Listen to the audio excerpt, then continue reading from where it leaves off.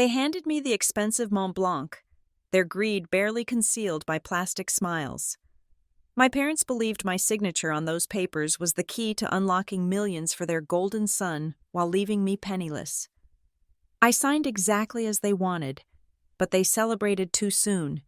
If they had just turned to the final page, they would have seen the small yellow note that was about to turn their triumph into absolute despair.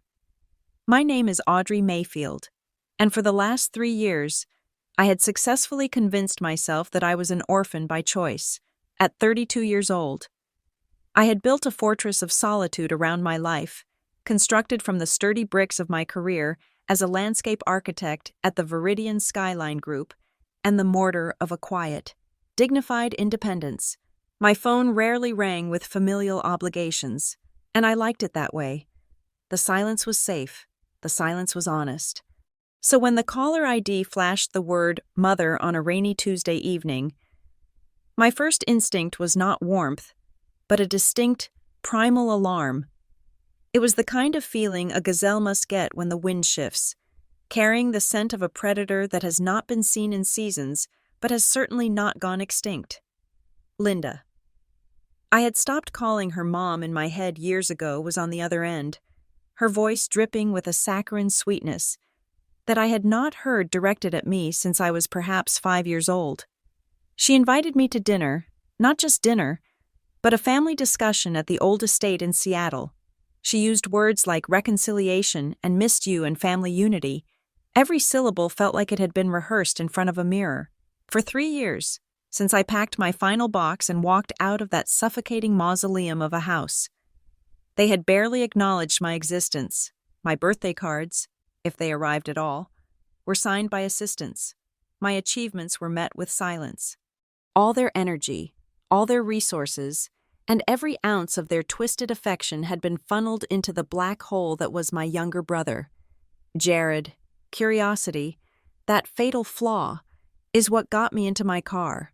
Or perhaps it was a need for closure, or a masochistic desire to see if they had changed. I navigated the slick, rain-lashed streets of Seattle, the wipers slapping a rhythmic warning against the windshield. As I drove toward the wealthy enclave where the Mayfield estate sat like a brooding gargoyle, memories I had tried to repress began to surface. I remembered the Christmas when I was 12, sitting alone in the kitchen while my parents threw a lavish party for Jared's 10th birthday in the main hall. I remembered the way my father, Robert, would look right through me to beam at Jared, even as my brother set fire to the curtains or failed another math test. I was the spare part. Jared was the engine.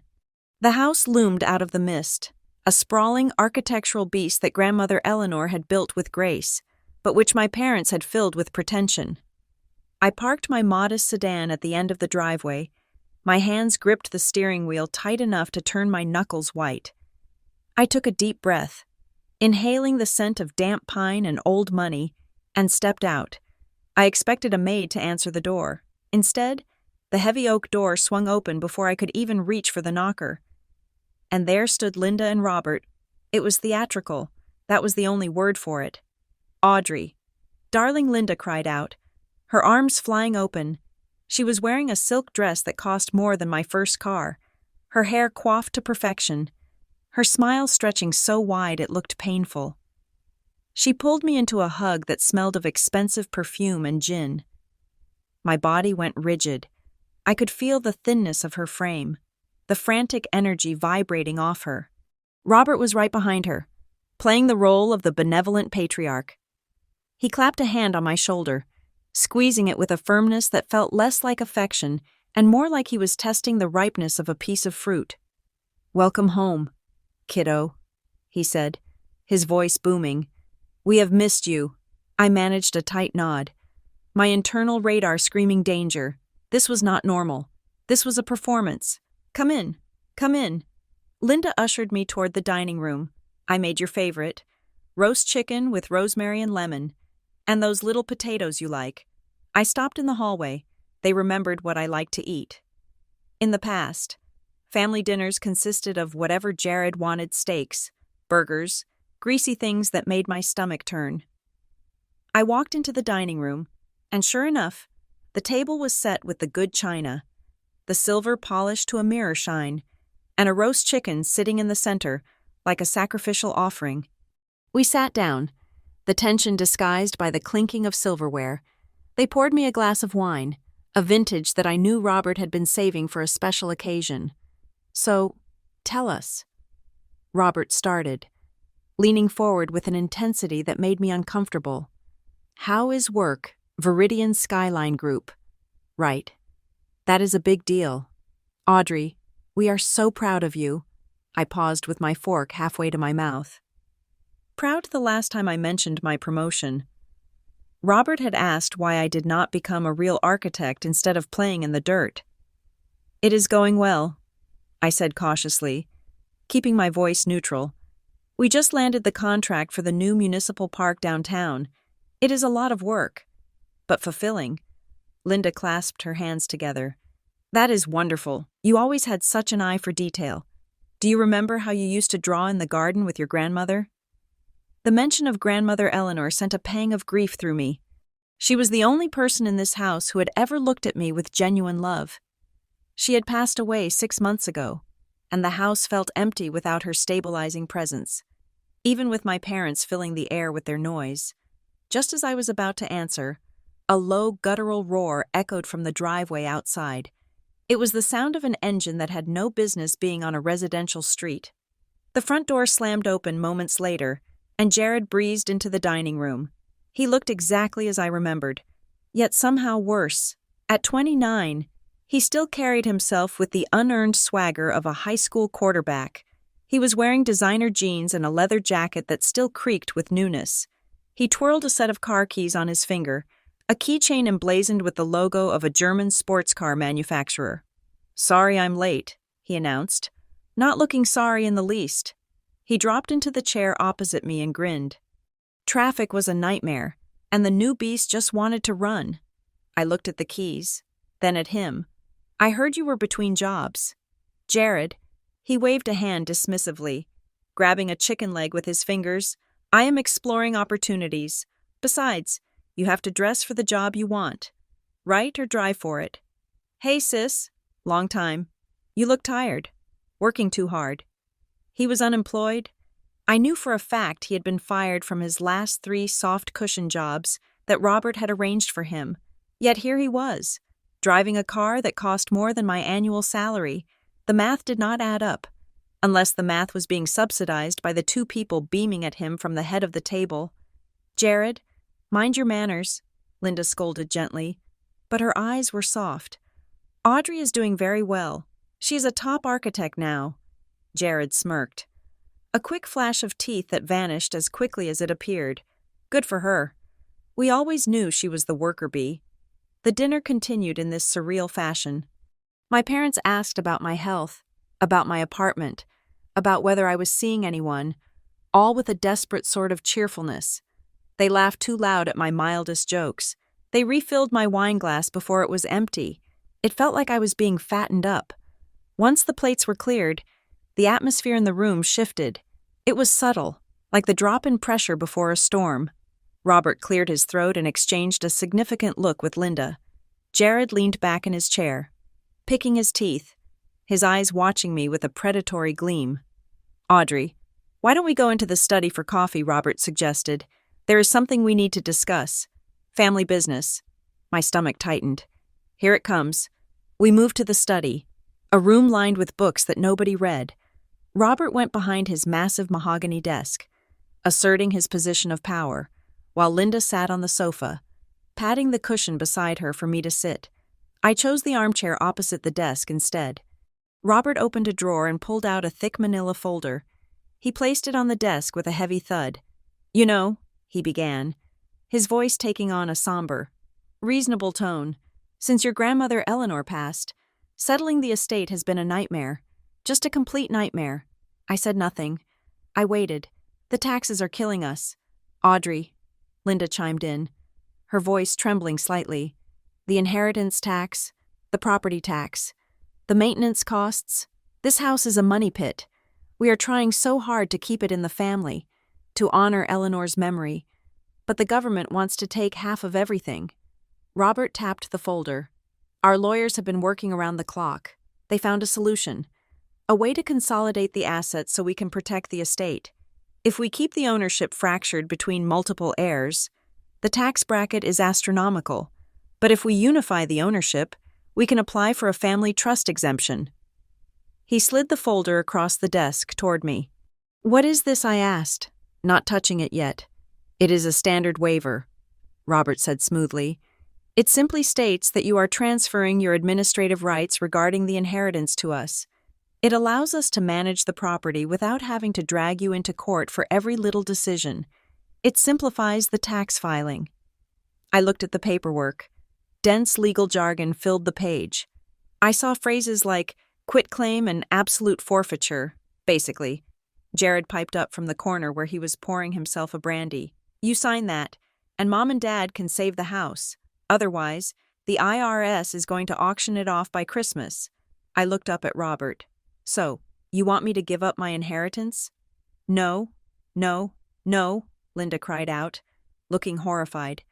Audrey, honey, never. This is just on paper. It is a legal maneuver. Once the taxes are settled and the title is clear, we are going to sell the investment portfolio and give you your share in cash. Robert nodded vigorously. Exactly. We are looking at a substantial sum.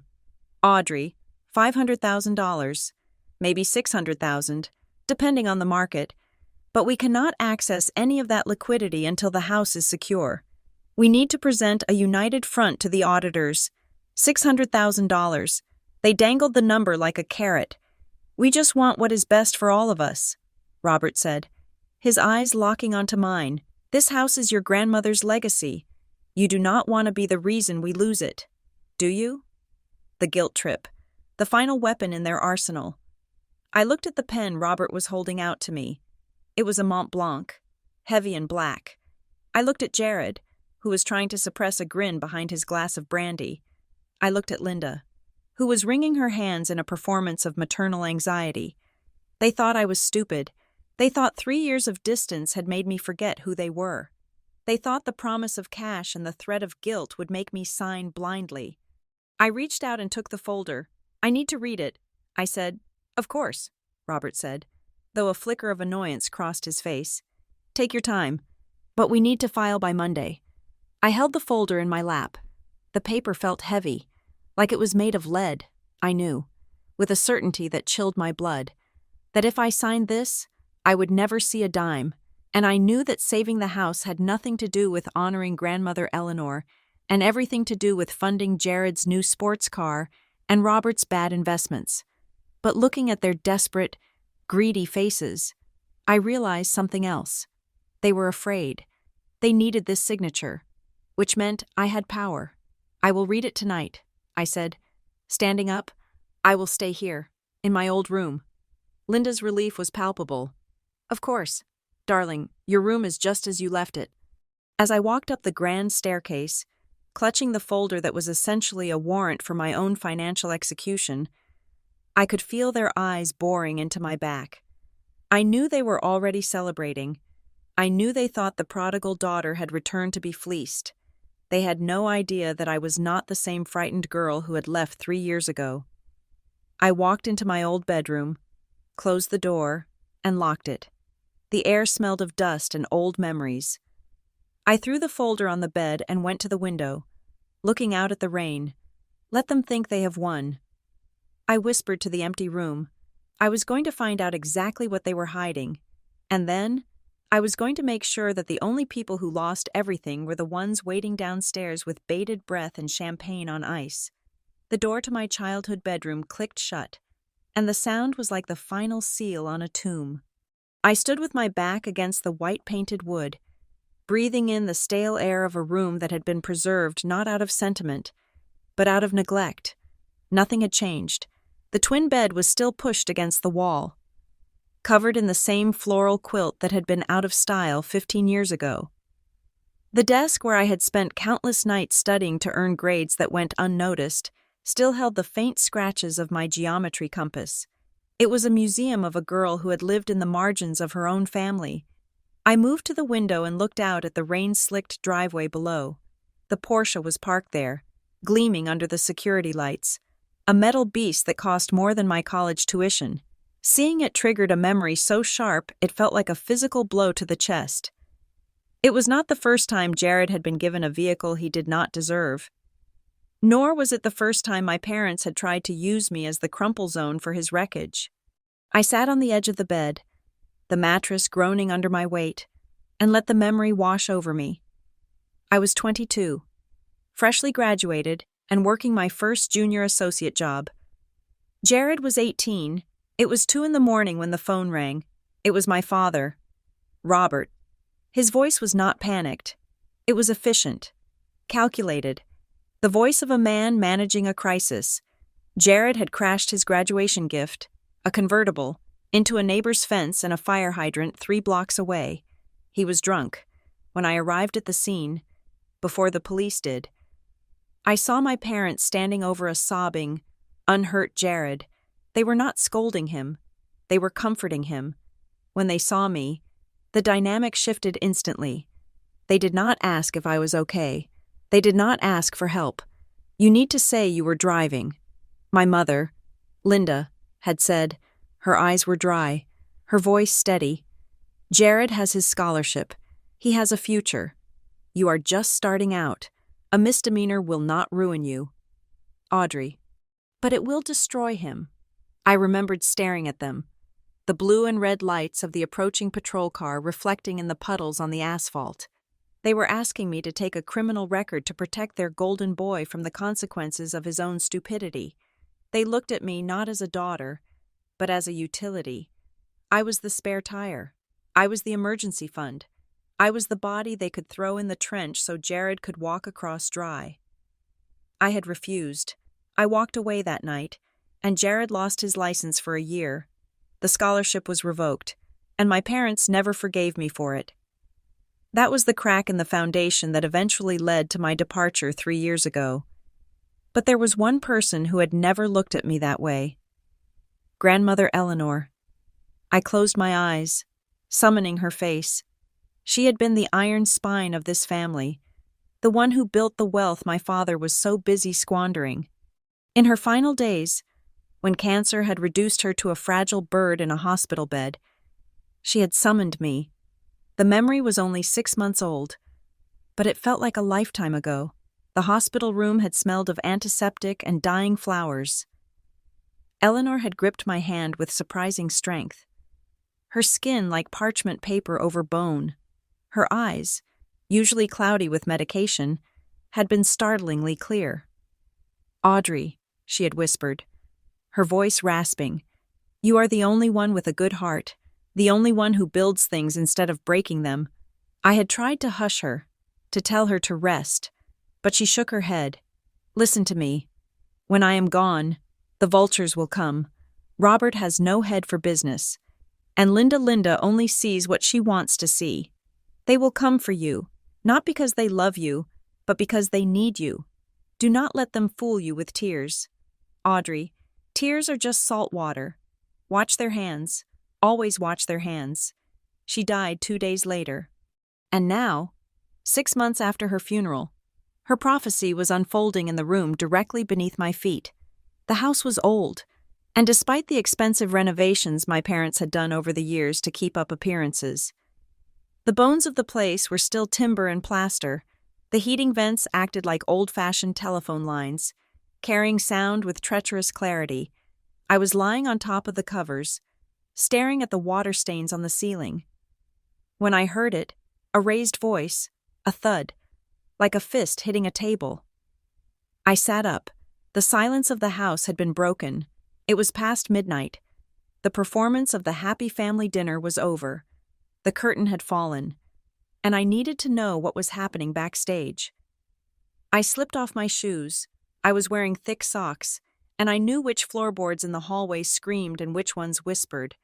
I moved like a ghost, a skill I had perfected as a teenager trying to avoid my father's criticism. I crept out of my room and to the top of the landing. The voices were coming from the small parlor downstairs, a room my mother liked to call the drawing room because she thought it sounded aristocratic. I descended the stairs, hugging the wall, stopping every time the house settled or the wind rattled the window panes. As I got closer, the voices separated into distinct identities. Ridiculous.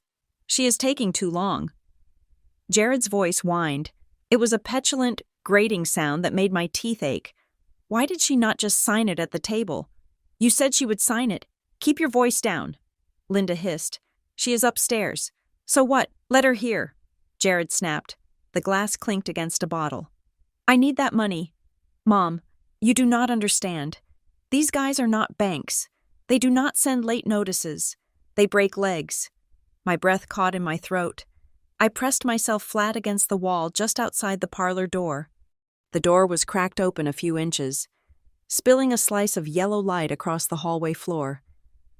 We know, son. We know. Robert's voice was soothing. Pathetic. We are handling it. But you have to be patient. Audrey has always been difficult, suspicious. If we push too hard, she will bolt. You saw her face. She is reading that contract. She is a bitch. Jared spat. A selfish, uptight bitch. She sits there with her cheap suit and her high and mighty attitude. Does she think she is better than us? She is cautious, Linda corrected him, her voice dripping with a mixture of disdain and calculation. But she is desperate for approval. Did you see how she looked when we praised her work? She has been starved for it for years. We just need to feed her a little more love. And she will eat right out of our hands. I felt a coldness spread through my veins, freezing the blood that had been pumping with anxiety just moments before. They had weaponized my loneliness. Every compliment at dinner, every smile, the roast chicken, it was all bait. And the house, Jared asked, his voice dropping lower, but still audible. When can we dump it? As soon as her signature is on that waiver. Robert answered, the realtor already has the listing ready. We have a cash buyer lined up from a development firm. They want the land, not the house. They will bulldoze it within a month. Bulldoze it, my grandmother's legacy, the garden I had planted with her, the only place in the world where I had felt safe as a child. How much? Jared asked greedily. $2.5 million, Robert said. Enough to pay off your debts.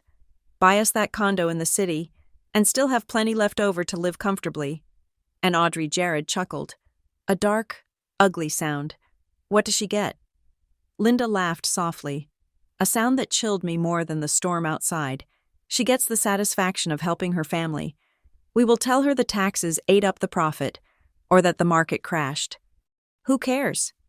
Once she signs the waiver, she has no legal standing to ask for audit records. She will go back to her little apartment and her little job, and we will finally be free of this mausoleum. I stood there in the shadows, my hand covering my mouth to stifle a gasp that never came. I expected to feel tears.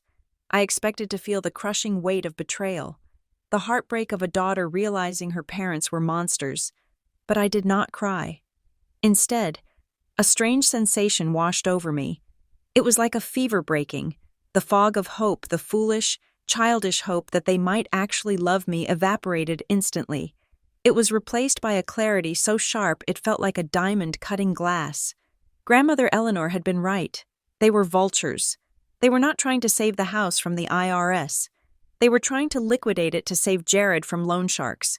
They were going to sell my memories, my heritage, and my birthright, and then toss me aside with a lie about taxes. They were willing to render me homeless and penniless, to erase my grandmother's existence, just to keep their golden child gleaming for a few more years until he destroyed the next safety net. I listened for another minute. They moved on to discussing the condo they wanted to buy, a penthouse with a view of the bay. They talked about vacations they would take. They talked about me as if I were a minor inconvenience, a signature on a page, a hurdle to be cleared. I had heard enough. I turned around and climbed the stairs. I did not tiptoe this time.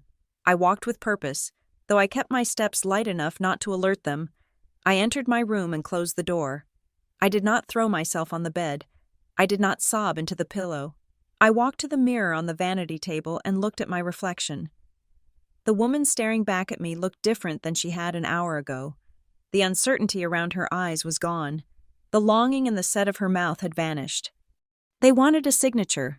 They wanted to play a game of legal chess, where they held all the pieces, and I was just a pawn to be sacrificed. They thought they were dealing with the daughter who had taken the blame for a broken vase when she was 6. They thought they were dealing with the sister who had stayed silent while Jared stole her allowance. They were wrong. They were dealing with Eleanor Mayfield's granddaughter. They were dealing with a woman who designed landscapes, who knew how to reshape the earth, how to divert rivers, and how to bury things so deep they would never be found. I walked over to the desk where the manila folder lay. I opened it. I looked at the waiver. Really looked at it this time. It was a masterpiece of deception. I pulled out my phone. I needed to document this. I needed evidence. But more than that, I needed a strategy. Tomorrow, I would play the part of the confused, dutiful daughter. I would investigate. I would find the paper trail. And I would make sure that when this house of cards collapsed, I would be the one standing outside, watching it fall. I sat in the chair by the window and watched the rain hammer against the glass. I would not sleep tonight. I had work to do. My parents wanted a villain to blame for their misfortunes, fine. I would be the villain. But I would be the kind of villain they never saw coming until the trap had already snapped shut. The golden child was about to discover that gold is a soft metal, easily bent and easily broken, and the forgotten child I looked at my hands, steady and calm in the pale moonlight. The forgotten child had a memory like steel. The morning sun struggled to pierce the gray blanket of clouds hanging over Seattle, casting a pallid light into my bedroom. I had spent the night staring at the ceiling, my mind replaying the conversation I had overheard in the parlor until every syllable was etched into my memory. Sleep had been impossible, but that worked in my favor. When I looked in the mirror, the dark circles under my eyes and the unnatural pallor of my skin required no makeup to simulate illness. At 8 a.m, I trudged downstairs, wrapping my robe tight around me as if it were armor. The smell of bacon and coffee wafted from the kitchen, a domestic tableau that felt sickeningly fraudulent given what I knew. Linda was at the stove, flipping pancakes. Robert was reading the financial section of the newspaper, and Jared was scrolling through his phone, looking bored. "Good morning, darling," Linda chirped, though her eyes immediately scanned my face with concern. "You look dreadful." "I feel it," I lied, pressing a hand to my temple. "I think I have a migraine. It must be the stress of travel and everything." Robert lowered his paper. "That is unfortunate. We have that meeting with the family attorney at 10. We were hoping you could come along, just to show unity." "I cannot," I said, allowing my voice to crack slightly. "I need to lie down. The light hurts my eyes. You 3 go. I will review the papers here while you are gone." Jared let out a scoff. "Great. Another delay." Robert shot him a warning look before turning a sympathetic smile toward me. "Of course. Audrey, you rest. We will handle the preliminary talks. We should be back by noon." It was the perfect window. 2 hours. I waited until I heard the heavy thud of the front door closing and the purr of Robert's sedan fading down the driveway. I counted to 60, just to be safe. Then I moved. My illness vanished the moment my bare feet hit the cold hardwood of the hallway.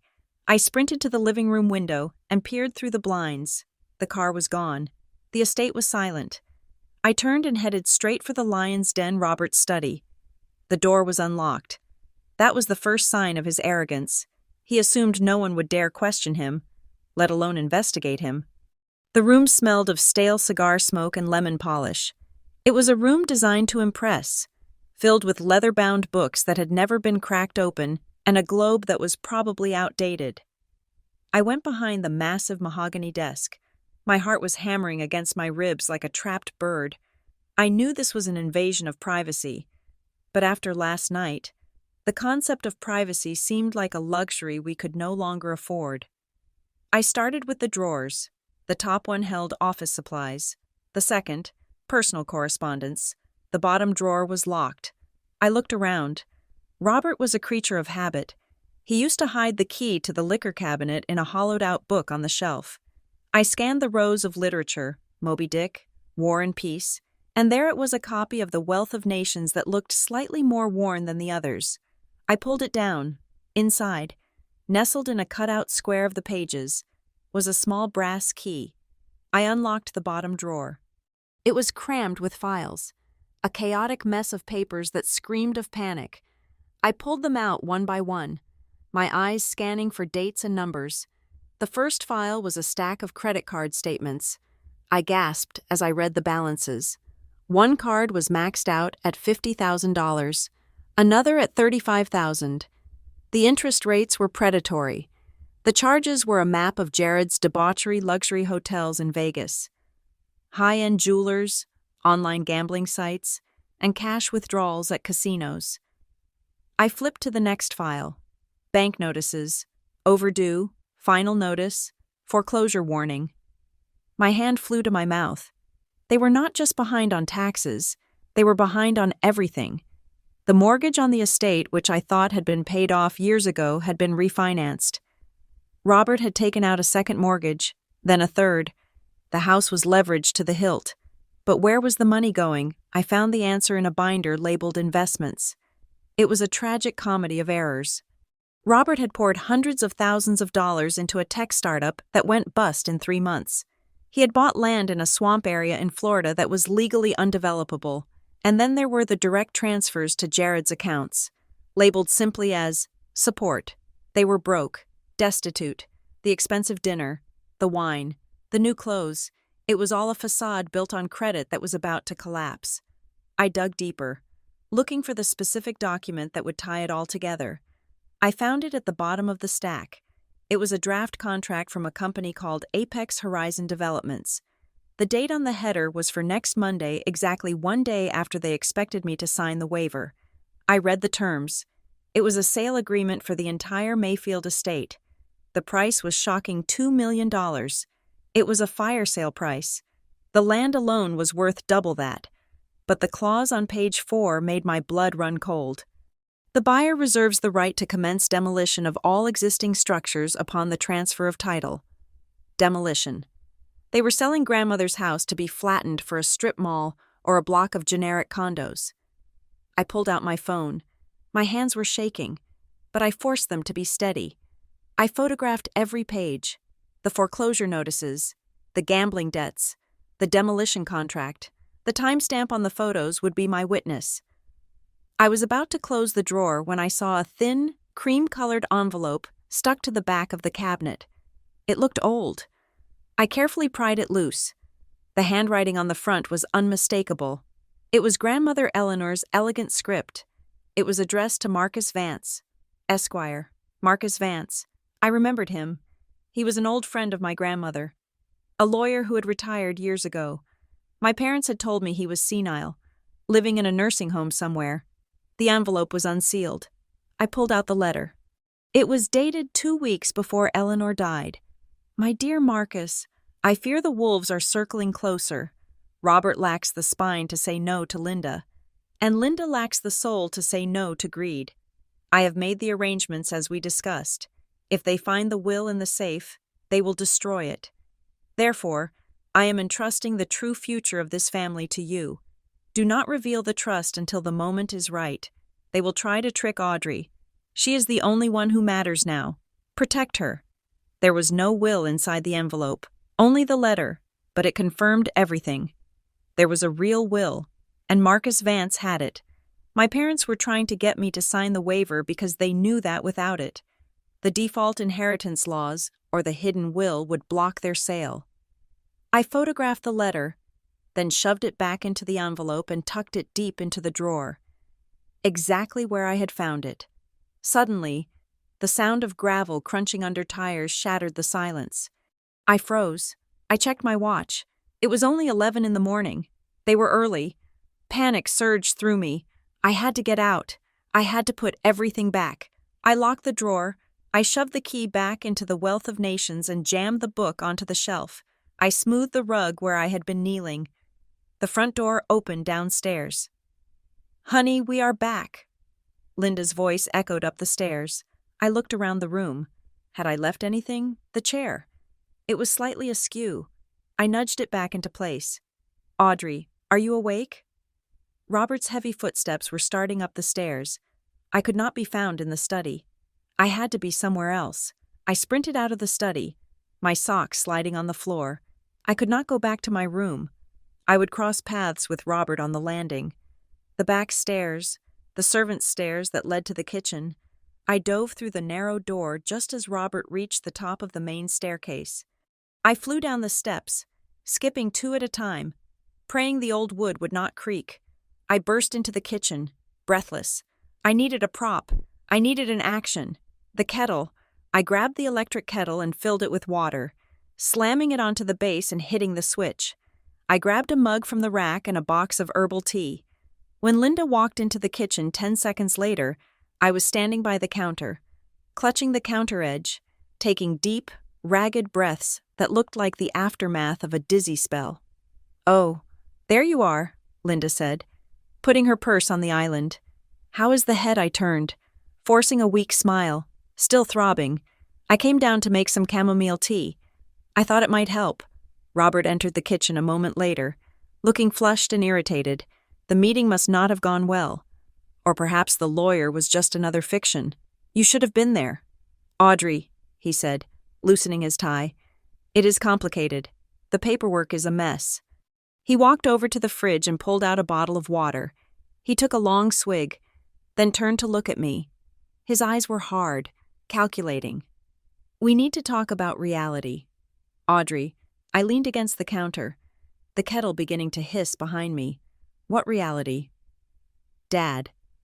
"The reality that your brother is drowning," Robert said, his voice dropping to a register that was meant to be intimate but felt threatening. Jared walked in then, throwing his keys on the table. He looked angry. He went straight for the liquor cabinet in the pantry. Robert ignored him and took a step closer to me. "Look, I know you have your own life. I know you think you are independent, but family is not about convenience. It is about sacrifice. Jared has had some bad luck. The market turned against him. He made some mistakes, but he is your brother. He is a grown man." I said softly, "Testing the waters." "He is sensitive," Linda interjected. "Defending her cub. He has so much potential." "Audrey." "He just needs a clean slate. This house is an anchor around our necks. If we can just clear the title and sell it, we can all start over. You will get your share. You can buy a bigger apartment, maybe start your own firm." Robert placed a hand on my shoulder. His grip was heavy. "We are counting on you. Do not be the one who holds us back. Do not be the one who ruins this family's chance at happiness." The manipulation was so thick I could taste it. He was twisting the knife, using my desire for acceptance against me. He was painting me as the villain before I had even refused. I looked at him. I looked at the lines of stress on his face, stress caused by his own greed and incompetence. I took a deep breath. I needed to buy time. I needed to find Marcus Vance. "I understand." "Dad," I said, lowering my eyes submissively, "I do not want to hold you back. I want to help." Robert's face brightened. Linda let out a small gasp of relief. "So you will sign?" Jared called out from the pantry, a glass in his hand. I nodded slowly.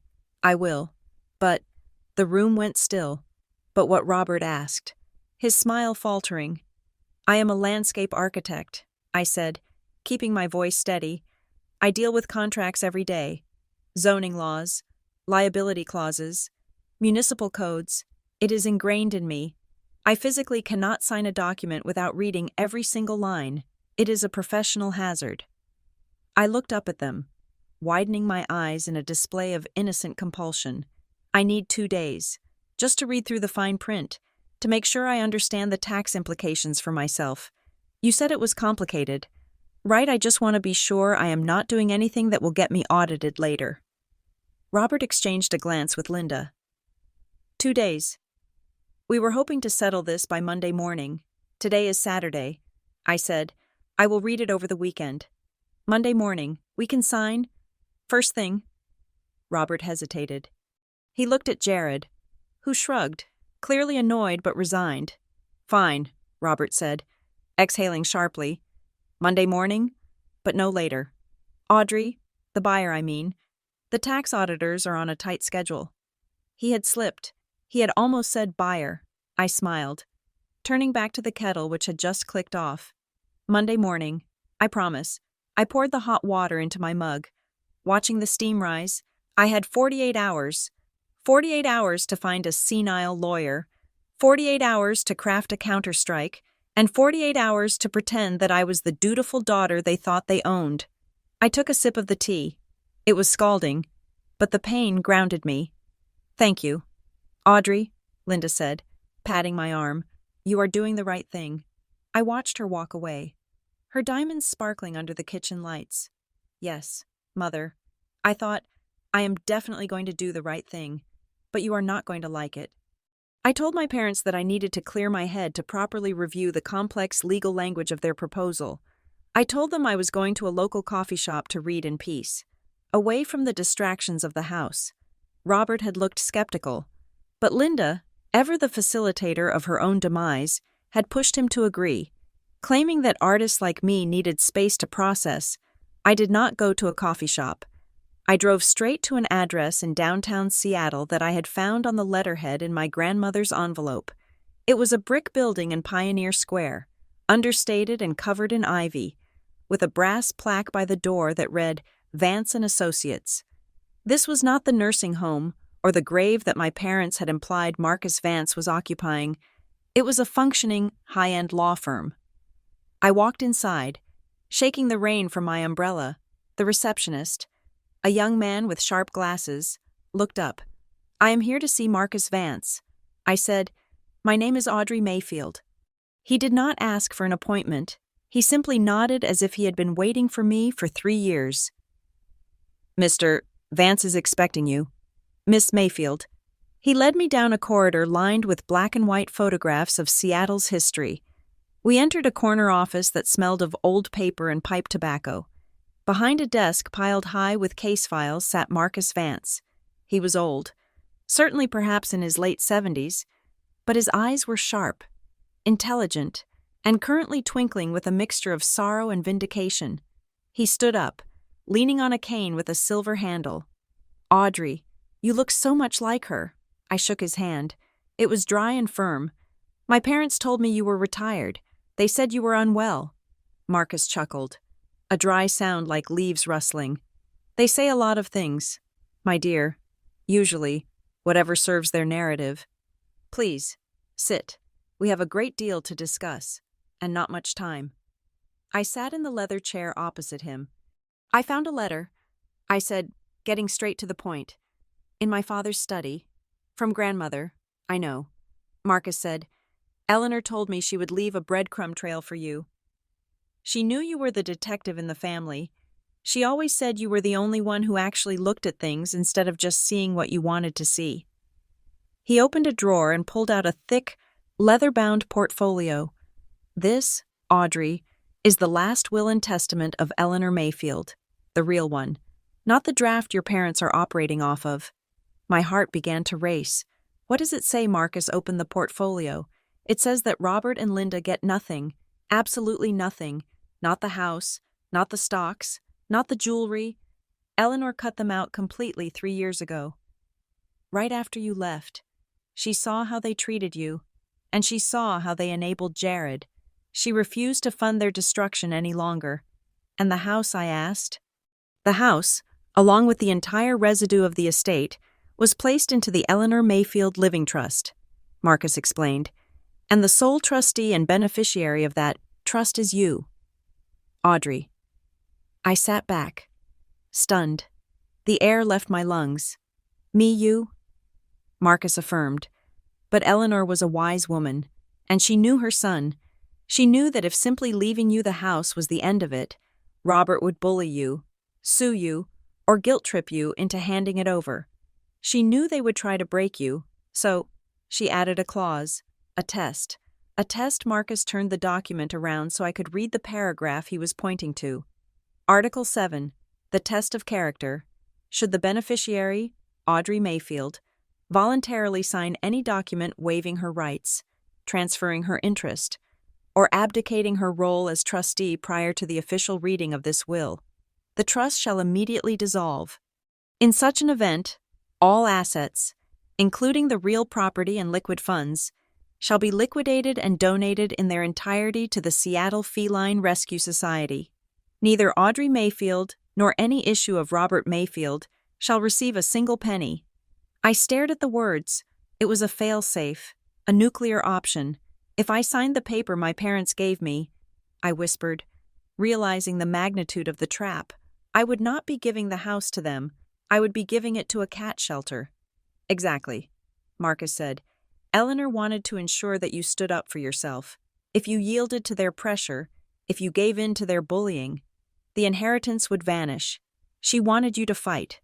Audrey, she wanted you to be the owner, but only if you were strong enough to keep it. I felt a surge of admiration for my grandmother. She had played a game of chess from the grave, and she had checkmated them before they even knew the game had started. But here is the immediate problem, Marcus continued, his tone turning serious.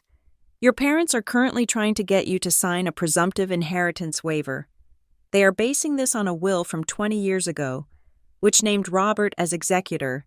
They believe that if you waive your rights under that old structure, they can bypass probate and sell the house immediately to pay off their debts. They have a buyer. I said, Apex Horizon Developments. They want to demolish the house next week. Marcus's face darkened. That is illegal on multiple levels. They are selling property they do not own, based on a will that has been revoked. If you were to sign their document, Audrey, you would technically be complicit in real estate fraud. You would be attesting that you believe Robert has the right to sell.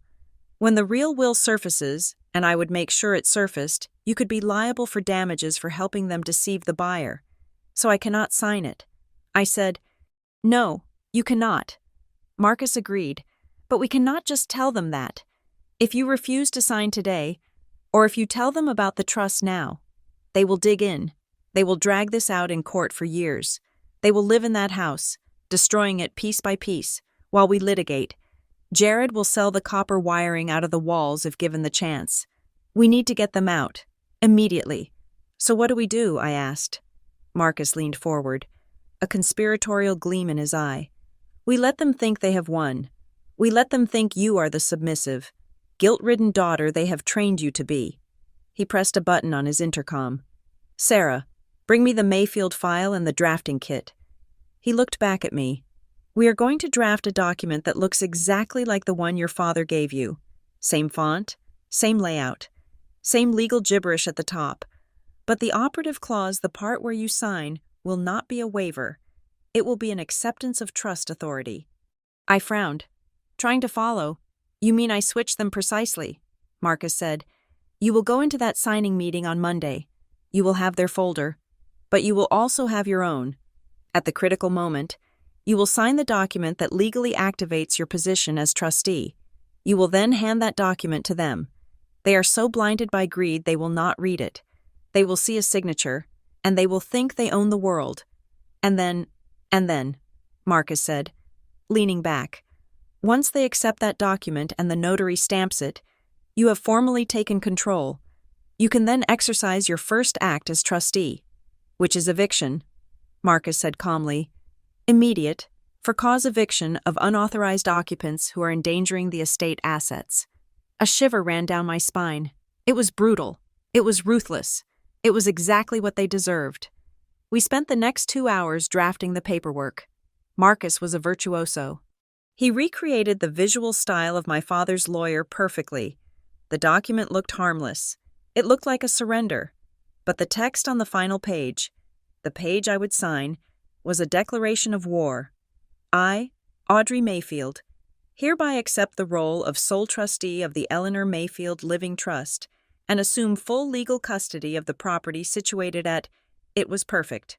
As we were finishing, Marcus handed me a yellow sticky notepad. There is one last thing, he said softly. Eleanor mentioned a note. She said that if it ever came to this, if you had to execute the nuclear option, you should leave them a message. Something that lets them know this wasn't an accident. Something that lets them know you saw the truth. I took the pen. I thought about the Montblanc pen my father had tried to press into my hand. I thought about the fake roast chicken dinner. I thought about Jared demanding money to pay off his gambling debts while calling me a bitch. I wrote 3 sentences on the yellow paper. I stuck the note onto the back of the signature page of the fraudulent document we had just created. Marcus read it and smiled. A sad, knowing smile. Perfect. He handed me the thick file. Keep this hidden. On Monday, you are going to give the performance of your life. Audrey, you have to be the scared little girl one last time. Can you do that? I stood up, clutching the file that held the power to destroy my family and save my dignity. I thought about the 3 years of silence. I thought about the golden child who had never been told no in his life. I can do it, I said. I have had 32 years of rehearsal. I left Marcus's office and walked back out into the rain. The city looked different now. It didn't look gray and depressing. It looked like a canvas, waiting for me to redesign it. I drove back to the mansion, the folder hidden beneath the passenger seat. When I pulled into the driveway, I saw Jared standing on the porch, smoking a cigarette, looking at his watch. He glared at me as I got out of the car. "Where have you been?" he demanded. "Mom is freaking out. She thinks you ran away." I looked at him, really looked at him. I saw the fear behind the arrogance. I saw the desperation of a man who had never learned to stand on his own 2 feet. I didn't run away. "Jared," I said, making my voice tremble just enough to be convincing. I just needed to be sure. I needed to make peace with it. His face softened into a sneer of victory. "So are you going to sign?" I walked past him, up the steps to the front door. "Yes," I said quietly. "I am going to sign." I went straight to my room, locking the door behind me. I pulled out the file Marcus had made. I opened it to the last page. The yellow note stared back at me, a bright spot of color in a sea of black and white legalese. I ran my finger over the words I had written. The golden child gets the gold. The scapegoat gets the freedom. Enjoy the silence.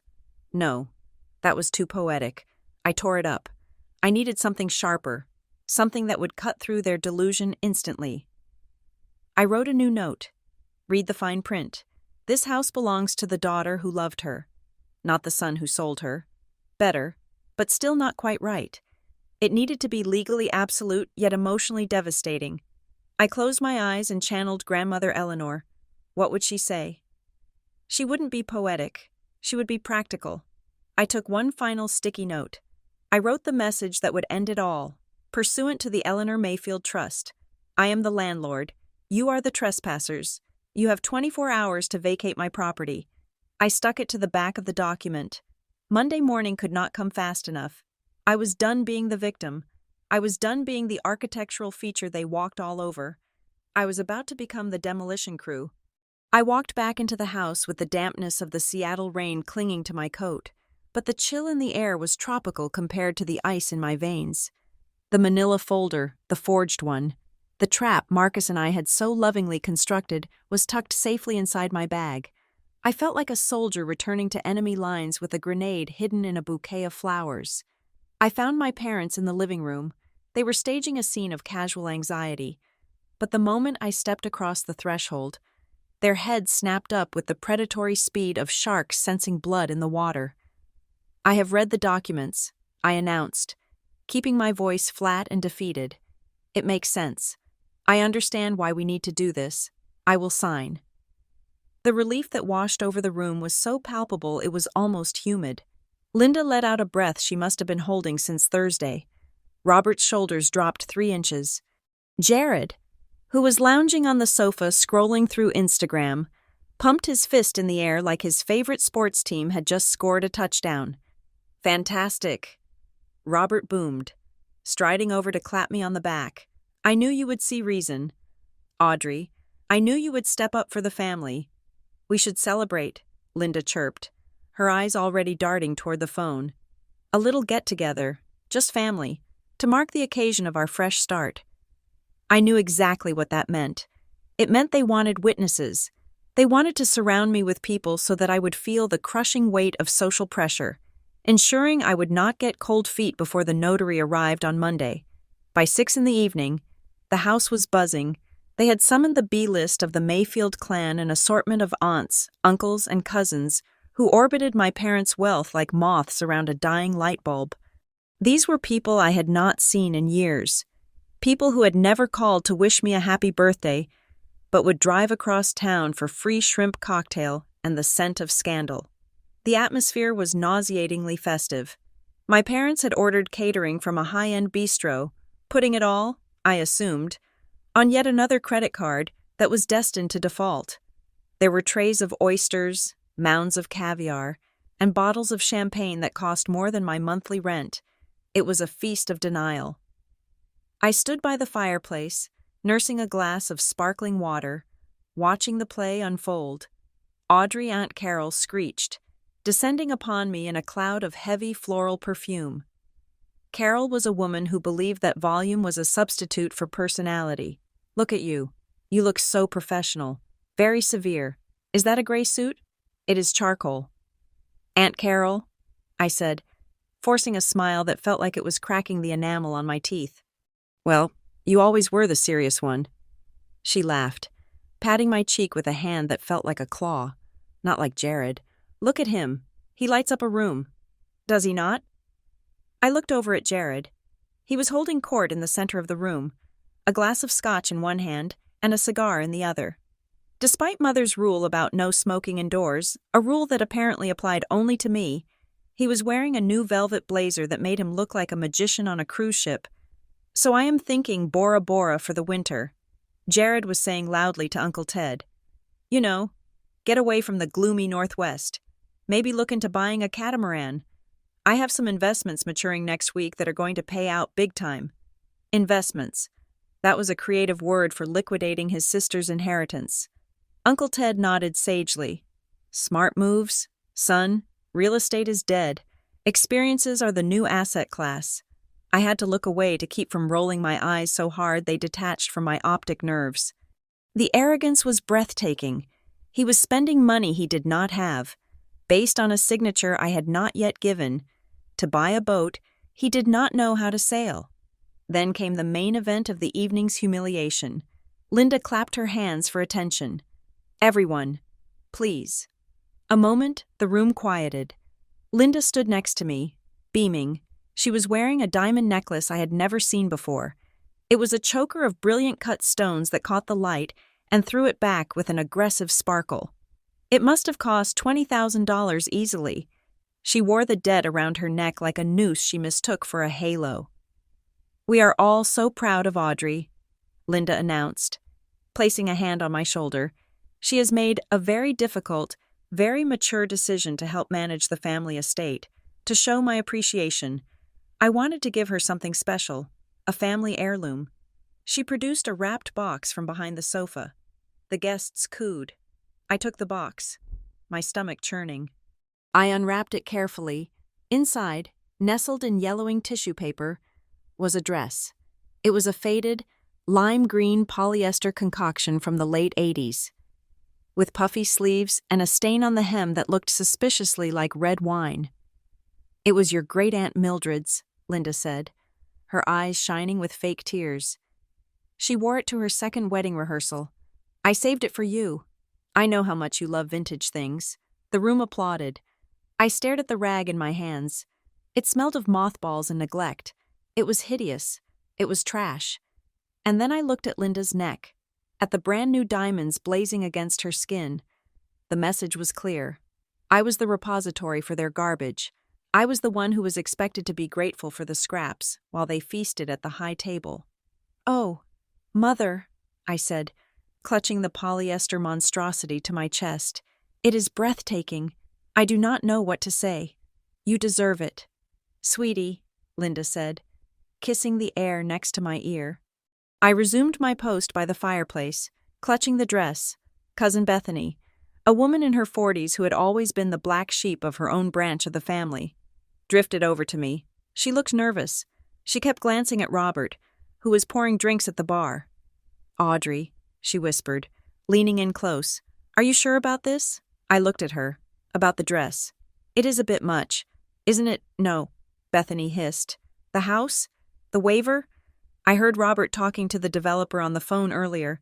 He was talking about a demolition permit. He said the bulldozers are coming on Wednesday.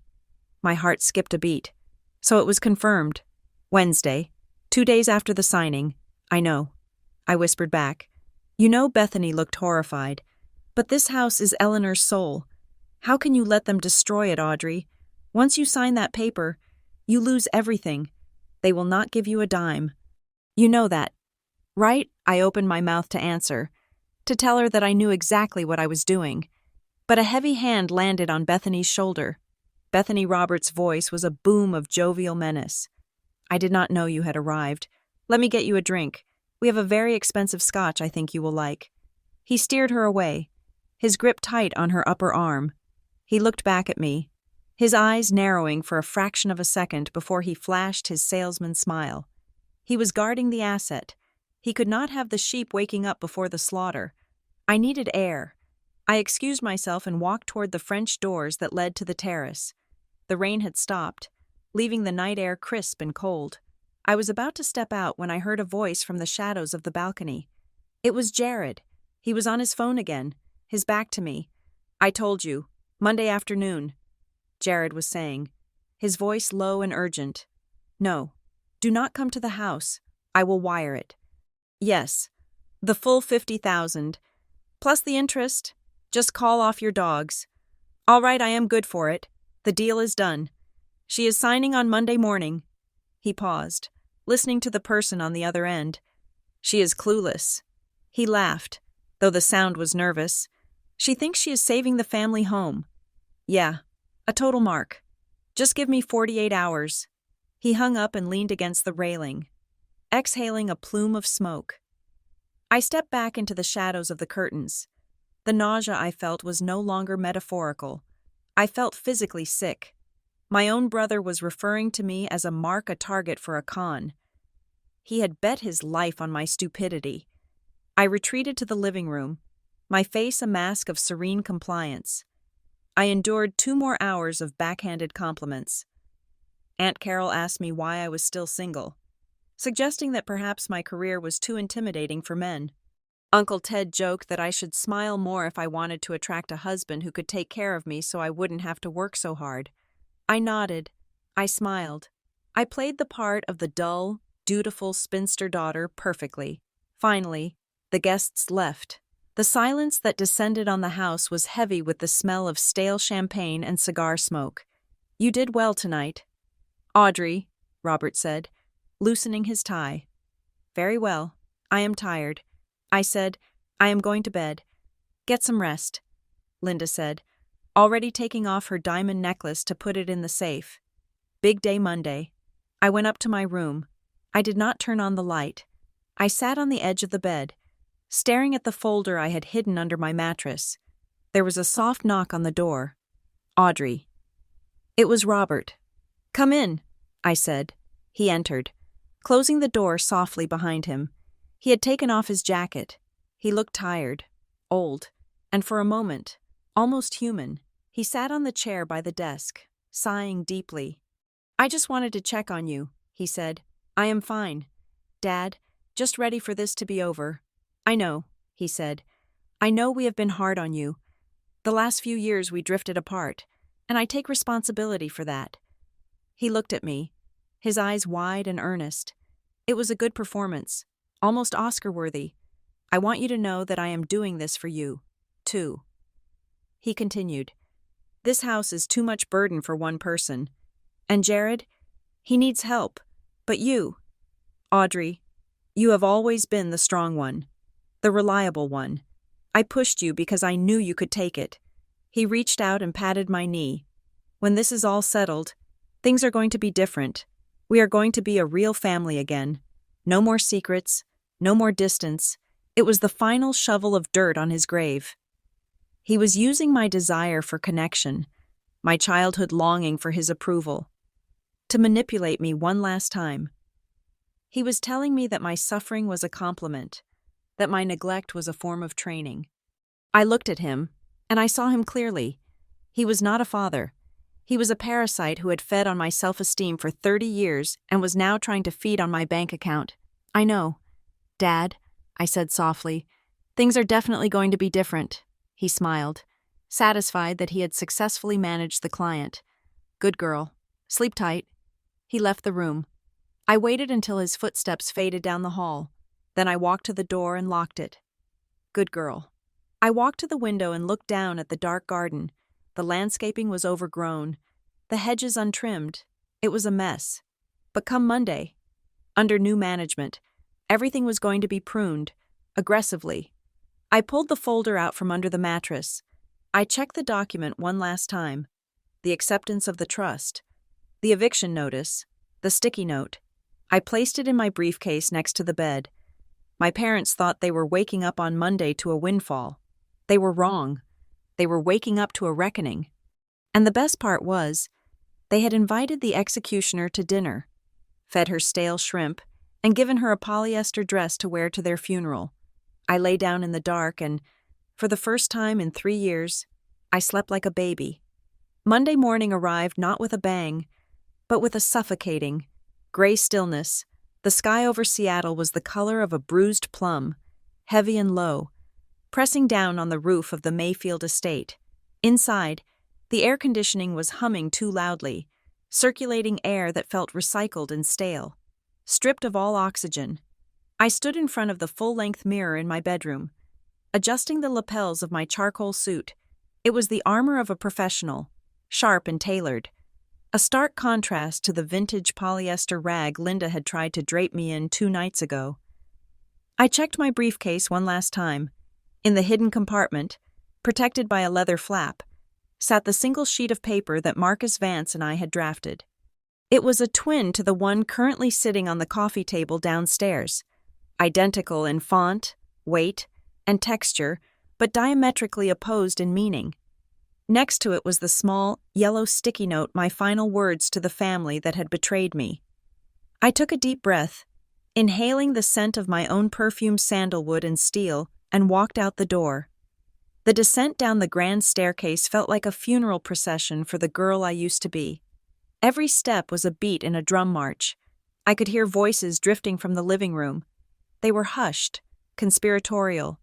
The sound of thieves dividing the loot before the heist was even finished. When I entered the room, the tableau was set. My parents had arranged the furniture to resemble a tribunal. The large velvet armchairs were positioned in a semicircle facing the low coffee table. Sitting in the center, looking like a toad in a cheap suit, was Mr. Prentice. I recognized him immediately. He was one of Robert's golf buddies, a man whose notary license was likely as ethically flexible as his handicap. Audrey, Robert called out, jumping to his feet. He was wearing his lucky red tie. His face was flushed with a mixture of adrenaline and high blood pressure. You are right on time. Linda was seated on the sofa, wringing her hands in her lap. She offered me a smile that was all teeth and no warmth. Come, sit down. Darling, Mr. Prentice has everything ready. Jared was leaning against the mantel of the fireplace, tapping his foot rhythmically against the marble hearth. He looked hungover. His skin was pasty, and there were dark bags under his eyes that spoke of a sleepless night spent worrying about loan sharks. He didn't smile. He just stared at me with a hunger that was terrifying to behold. I walked to the designated seat, a smaller, straight-backed chair placed opposite the plush ones. It was a subtle psychological power play, meant to make me feel small, like a child being disciplined. Good morning, Mr. Prentice, I said, ignoring my family and nodding at the notary. Ms. Mayfield, Prentice said, his voice oily and deep. A pleasure. Your father has told me so much about you. We just need a few signatures today to get this title transfer sorted out. Very standard procedure. He pushed a thick stack of documents across the marble table toward me. I sat down and placed my leather briefcase on the floor beside my chair. I did not reach for the papers immediately. Instead, I folded my hands in my lap and looked at them. So this is it, I said softly. This is it, Robert said, leaning forward. The fresh start we talked about. I reached out and pulled the stack closer. The document on top was titled Waiver of Heritage and Quitclaim Deed. It was the death warrant for my inheritance. I turned the first page. The paper made a loud, crisp sound in the silent room. I just want to be clear about the tax implications one last time, I said, looking up at Robert with wide, innocent eyes. You said that by signing this, I am exempting myself from the inheritance tax. Correct, because I was reading about the federal gift tax exclusion, and I am worried that if the IRS sees this as a gift to you, I might still be liable. Robert blinked. He exchanged a quick, panicked glance with Prentice. It was clear they had not expected me to actually know what I was talking about. Prentice cleared his throat, adjusting his glasses. Well, technically, Ms. Mayfield. Since this is a disclaimer of interest, it is not considered a gift. It is treated as if you predeceased the testator for the purpose of the asset distribution. So, no tax for you, predeceased, I repeated, testing the word. So, legally, I am dead. It is just a term. Audrey, Linda interjected, her voice shrill. Do not be so dramatic. It just means the property goes to us.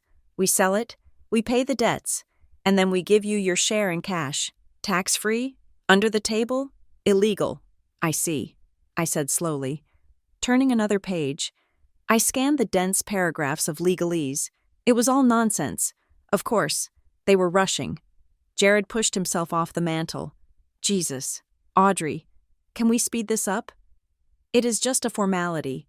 You said you read it this weekend. I did read it. Jared, I said, keeping my eyes on the paper, but I am methodical. You know that. Just sign the damn thing so we can open the champagne, he muttered, pacing behind the sofa. I have a flight to catch this afternoon.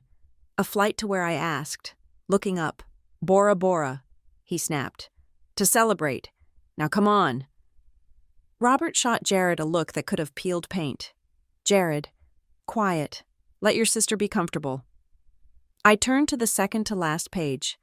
This was the moment. The document was laid out flat on the table.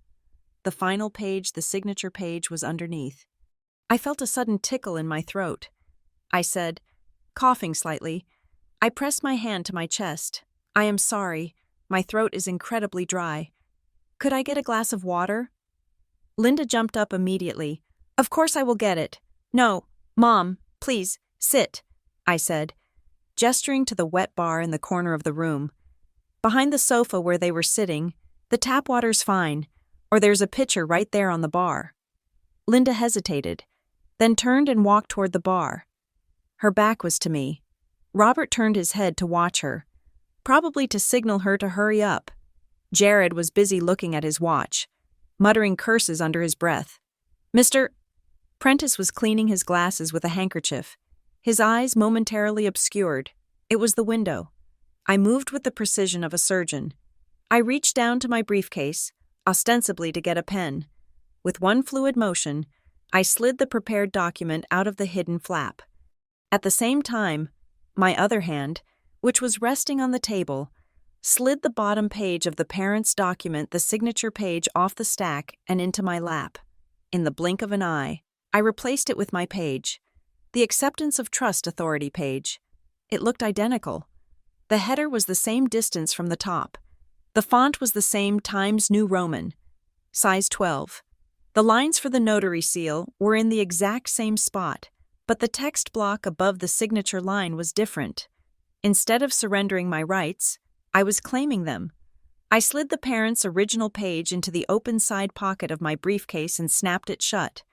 Then, with a hand that did not tremble, I took the small yellow sticky note, the note, and stuck it firmly to the underside of the stack.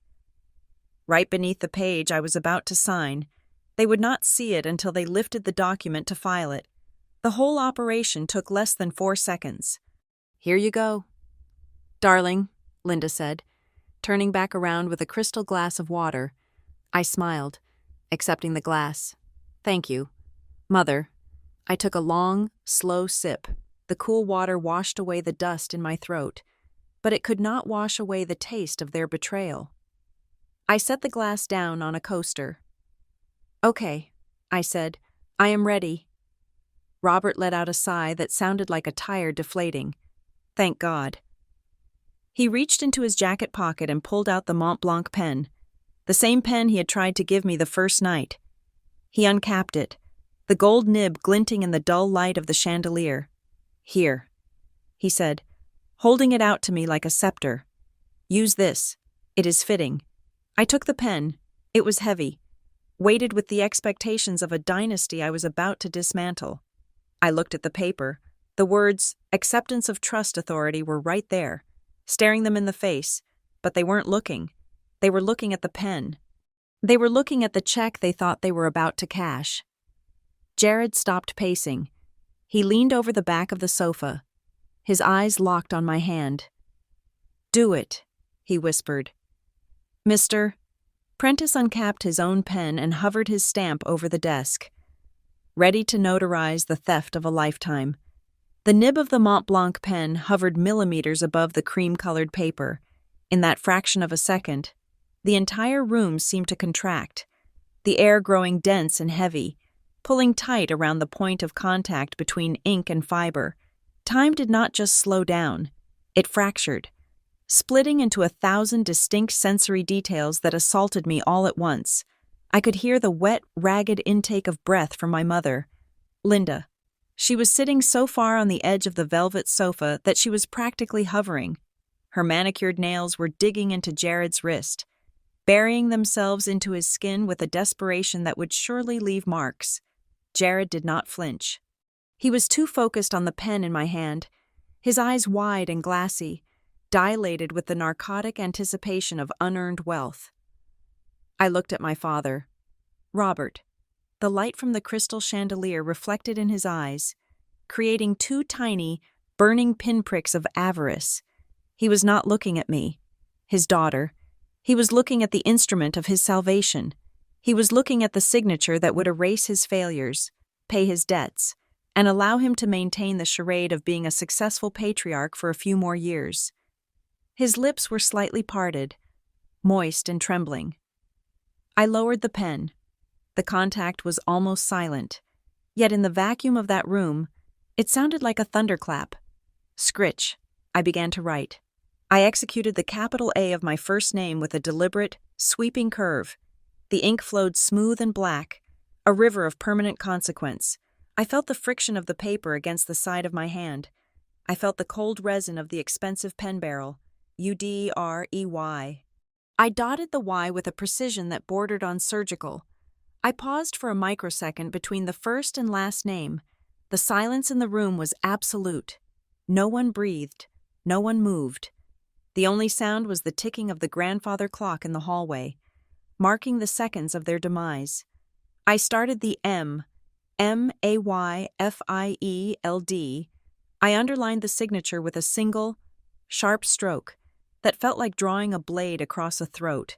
It was not the shaky, hesitant scrawl of a victim surrendering her rights.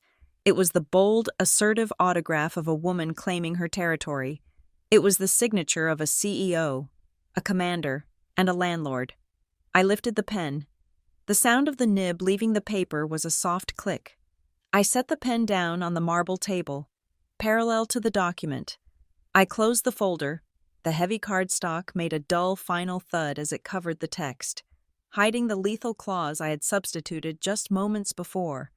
I pushed the folder across the smooth surface of the table toward my parents. The friction made a dry, whispering sound. "Done," I said softly. The spell broke. Robert lunged. It was not a reach. It was a physical pounce. He grabbed the folder with both hands as if he were catching a falling diamond. He flipped it open violently, bypassing the text, bypassing the meaning, looking only for the ink. He saw it. Audrey Mayfield. He let out a sound that was half laugh, half sob. It was the grotesque noise of a man who believes he has cheated the hangman. "Mr. Prentice," Robert barked, his voice cracking with euphoria. "Seal it now." The notary, a man whose indifference was only matched by his incompetence, leaned forward. He did not read the header. He did not scan the paragraphs to ensure they matched the draft he had seen earlier. He simply saw a signature on a line, and that was enough for him to earn his fee. He uncapped his stamp. Clack, clack.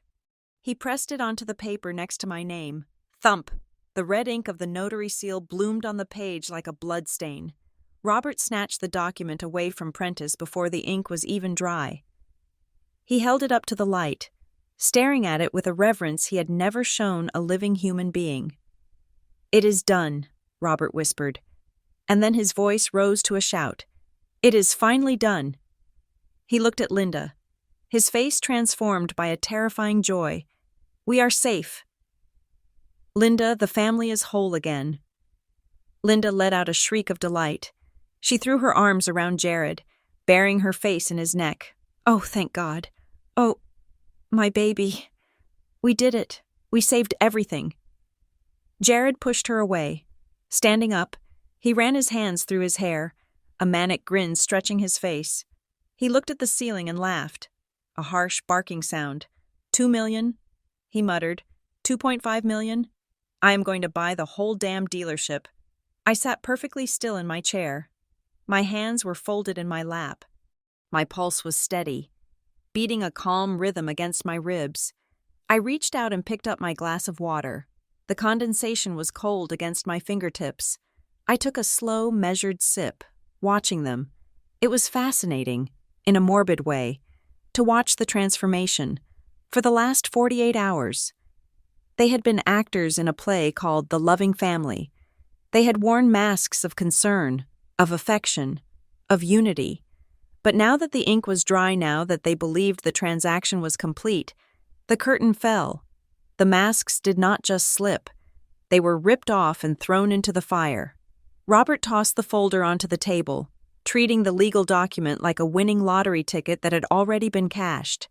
He turned to the wet bar and grabbed a bottle of champagne that had been chilling in a silver bucket. The cork popped with a violence that made Prentice jump. Robert poured 3 glasses. He did not pour a fourth. He handed one to Linda, one to Jared, and took one for himself. He raised his glass high. To the Mayfield legacy, he bellowed. And to never worrying about money again, cheers, Linda and Jared shouted in unison.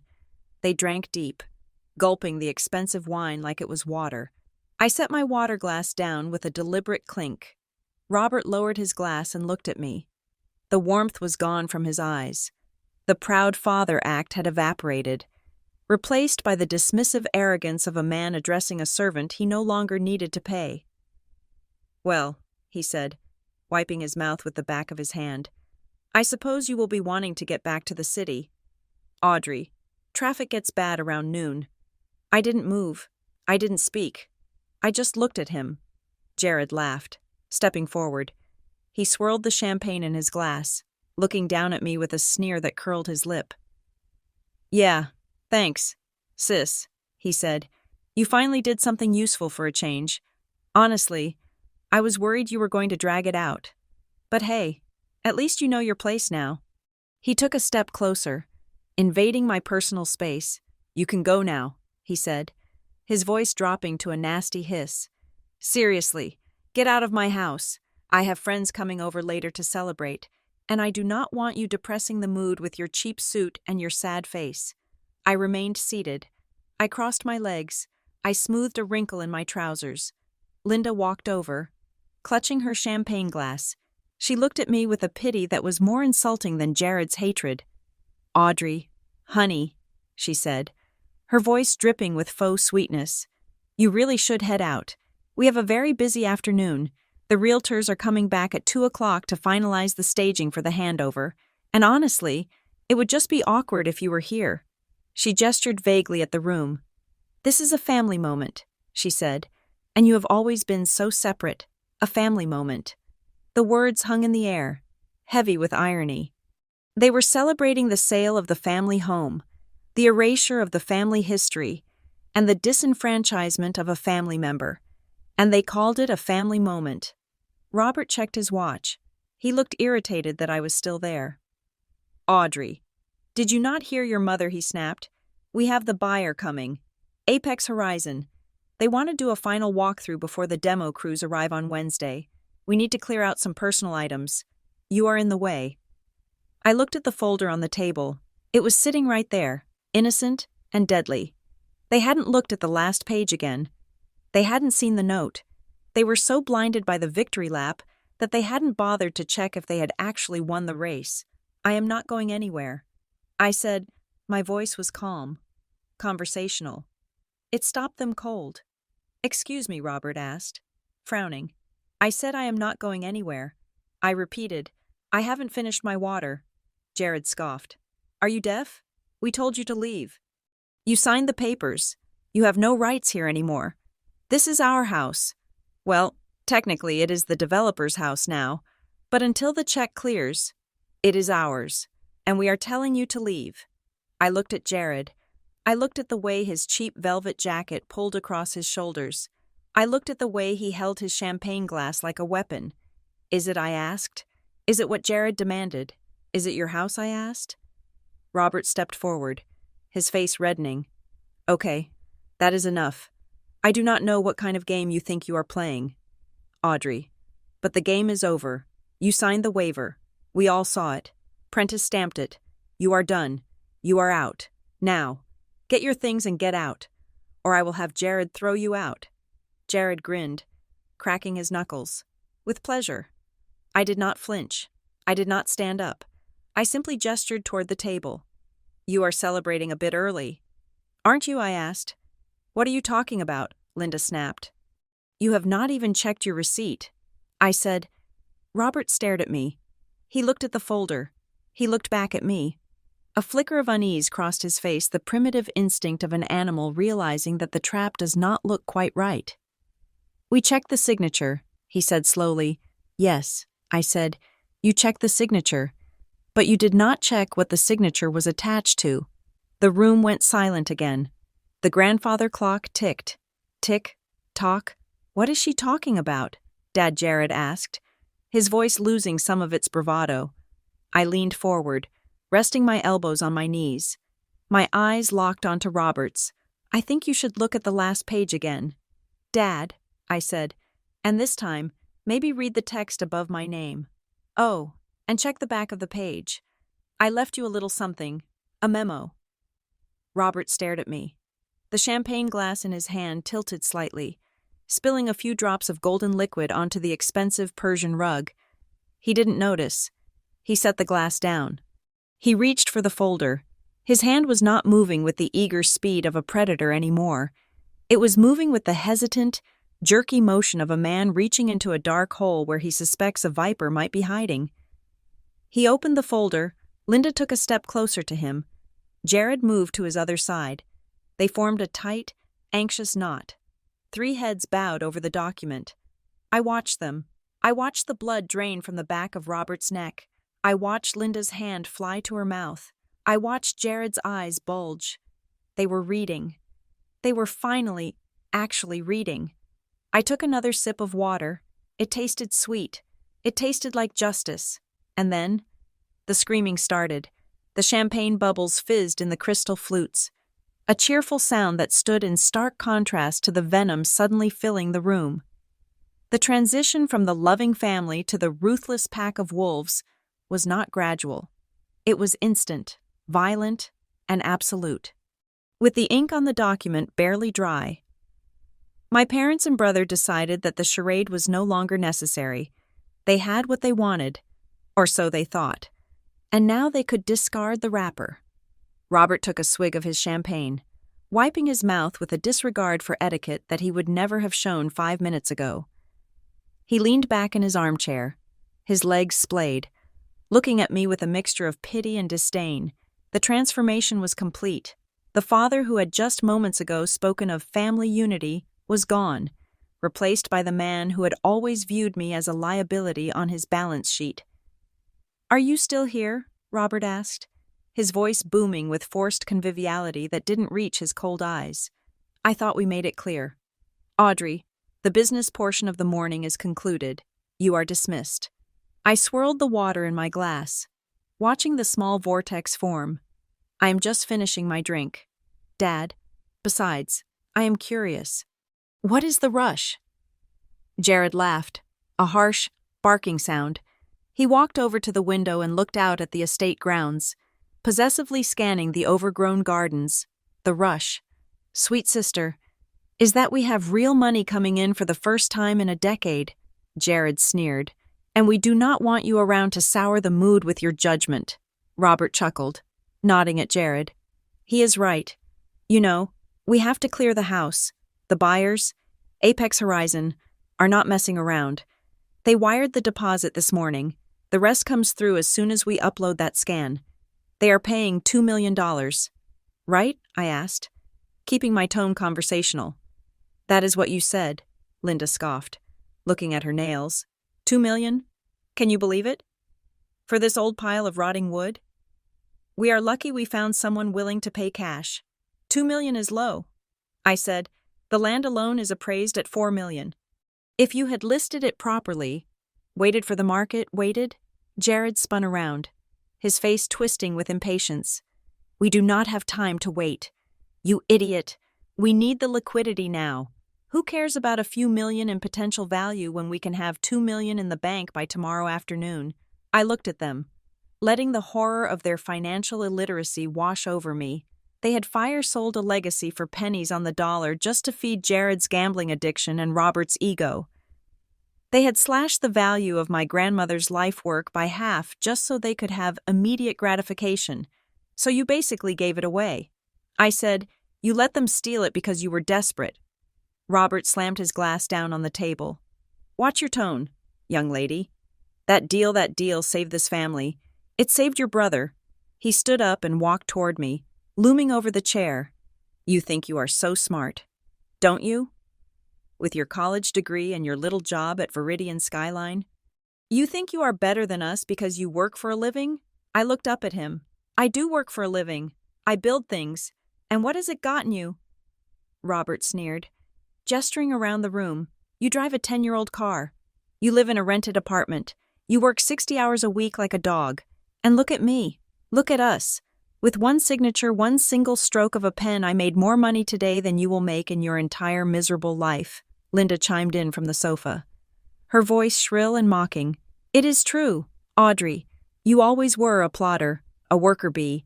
You never understood how the real world works. It is not about hard work. It is about leverage. It is about seizing the opportunity. And frankly, you were the easiest leverage we ever used. The cruelty of her words hung in the air. She was not just insulting my career. She was insulting my entire existence. She was telling me that my value to them was solely as a tool to be used and discarded. You were so easy to manipulate, Jared added, grinning as he refilled his glass. All Mom had to do was cook a chicken and cry a little bit about family. And you folded. You were desperate for us to like you.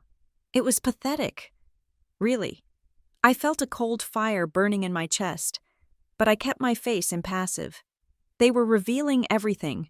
Every ugly, twisted thought they had harbored for years was spilling out, lubricated by champagne and arrogance. So, I said, my voice steady. The dinner, the kindness, the concern about my health, none of it was real. Robert laughed, shaking his head. Grow up, Audrey. This is business. We did what we had to do to get the deal done. And now that it is done, we do not need to pretend anymore. You are not part of this family's future. You are the past. And frankly, we are evicting the past. He pointed a finger at the door. Now, get out. Go back to your sad little life and leave the winners to celebrate. I set my glass down on the coaster. The sound was a sharp click in the room. I stood up. I took a moment to smooth the front of my charcoal blazer. I adjusted my cuffs. I picked up my briefcase from the floor. The movement drew their attention. They went silent, expecting me to walk to the door in tears. Instead, I turned to face them. I looked at Jared, leaning against the wall with his unearned swagger. I looked at Linda, clutching her diamonds. I looked at Robert, red-faced and triumphant. You are right about one thing. Dad, I said, my voice dropping an octave, becoming colder, harder. It is all about leverage. I took a step toward the table where the folder lay. But before I go, I said, do you not think you should check the paperwork? Robert rolled his eyes. Oh, for God's sake. Are we back to this? I told you. I wrote the damn thing. I know what it says. You wrote the draft. I corrected him. But you did not read what I signed. Linda frowned, a flicker of unease crossing her face. Robert, maybe you should just look. She is acting strange. Robert waved his hand dismissively. She is just trying to stall. Linda, She wants to ruin the moment because she is jealous. I am not jealous. Robert, I said, I am just professional, and in my profession. When we sign a contract, we check the receipt. I pointed a finger at the manila folder sitting in the center of the table. Check the last page, I commanded. The authority in my voice surprised him. It was not the voice of his daughter. It was the voice of someone who gave orders to construction crews and managed multi-million-dollar budgets. Robert hesitated. The arrogance began to crack. Just a hairline fracture. He looked at the folder, then back at me. Why, he asked, his voice losing some of its bluster. Because I left you a present, I said, a going-away gift. Jared pushed off the wall. Just look at it. Dad, prove her wrong so we can kick her out. Robert huffed, an annoyed sound that masked a sudden spike of fear. Fine, if it will shut you up and get you out of my house. He reached for the folder. The room seemed to tilt. The silence returned, heavier than before. Robert picked up the heavy cardstock file. He opened the front cover. He saw the first page, the standard waiver text he had written. He sneered at me, as if to say, "See, keep going." I said. He flipped the pages. 1, 2, 3. He reached the final page, the signature page. Linda moved to his side, peering over his shoulder. Jared stepped closer, his champagne glass forgotten in his hand. Robert stared at the page. At first, he did not understand what he was seeing. His brain was so wired to see the waiver that it refused to process the words, acceptance of trust authority. But then, his eyes drifted down, to the signature, my bold, defiant signature. And then, he saw the yellow sticky note attached to the bottom of the page. The color began to drain from his face, starting at his forehead and washing down to his neck, leaving him a pale, ghostly gray. "What is this?" he whispered. His hand shook. The paper rattled. "What does it say?" Robert Linda demanded, her voice rising in panic. "What is that yellow paper?" Robert did not answer. He couldn't. His mouth opened and closed like a fish on dry land. I watched him. I watched the moment his world collapsed. I watched the moment he realized that the worker bee had just stung him, and the venom was fatal. "Read it," I said. "Read it out loud." Robert peeled the sticky note off the document. He held it up to his face, squinting as if the words were written in a foreign language. He swallowed hard. "Pursuant to the Eleanor Mayfield Trust," he read, his voice trembling so bad it was barely audible. Jared snatched the note from his hand. "Give me that!" Jared shouted. Jared read the rest, his voice loud and incredulous. "I am the landlord. You are the trespassers. You have 24 hours to vacate my property." The silence that followed was not empty. It was filled with the sound of 3 egos shattering simultaneously. Linda let out a strangled gasp. "Trespassers. What does that mean?" "It means," I said, stepping forward, "that you did not sell the house. Mother, you cannot sell what you do not own." Robert looked up from the document, his eyes wide with a horror that was absolute. He looked at the header of the legal document.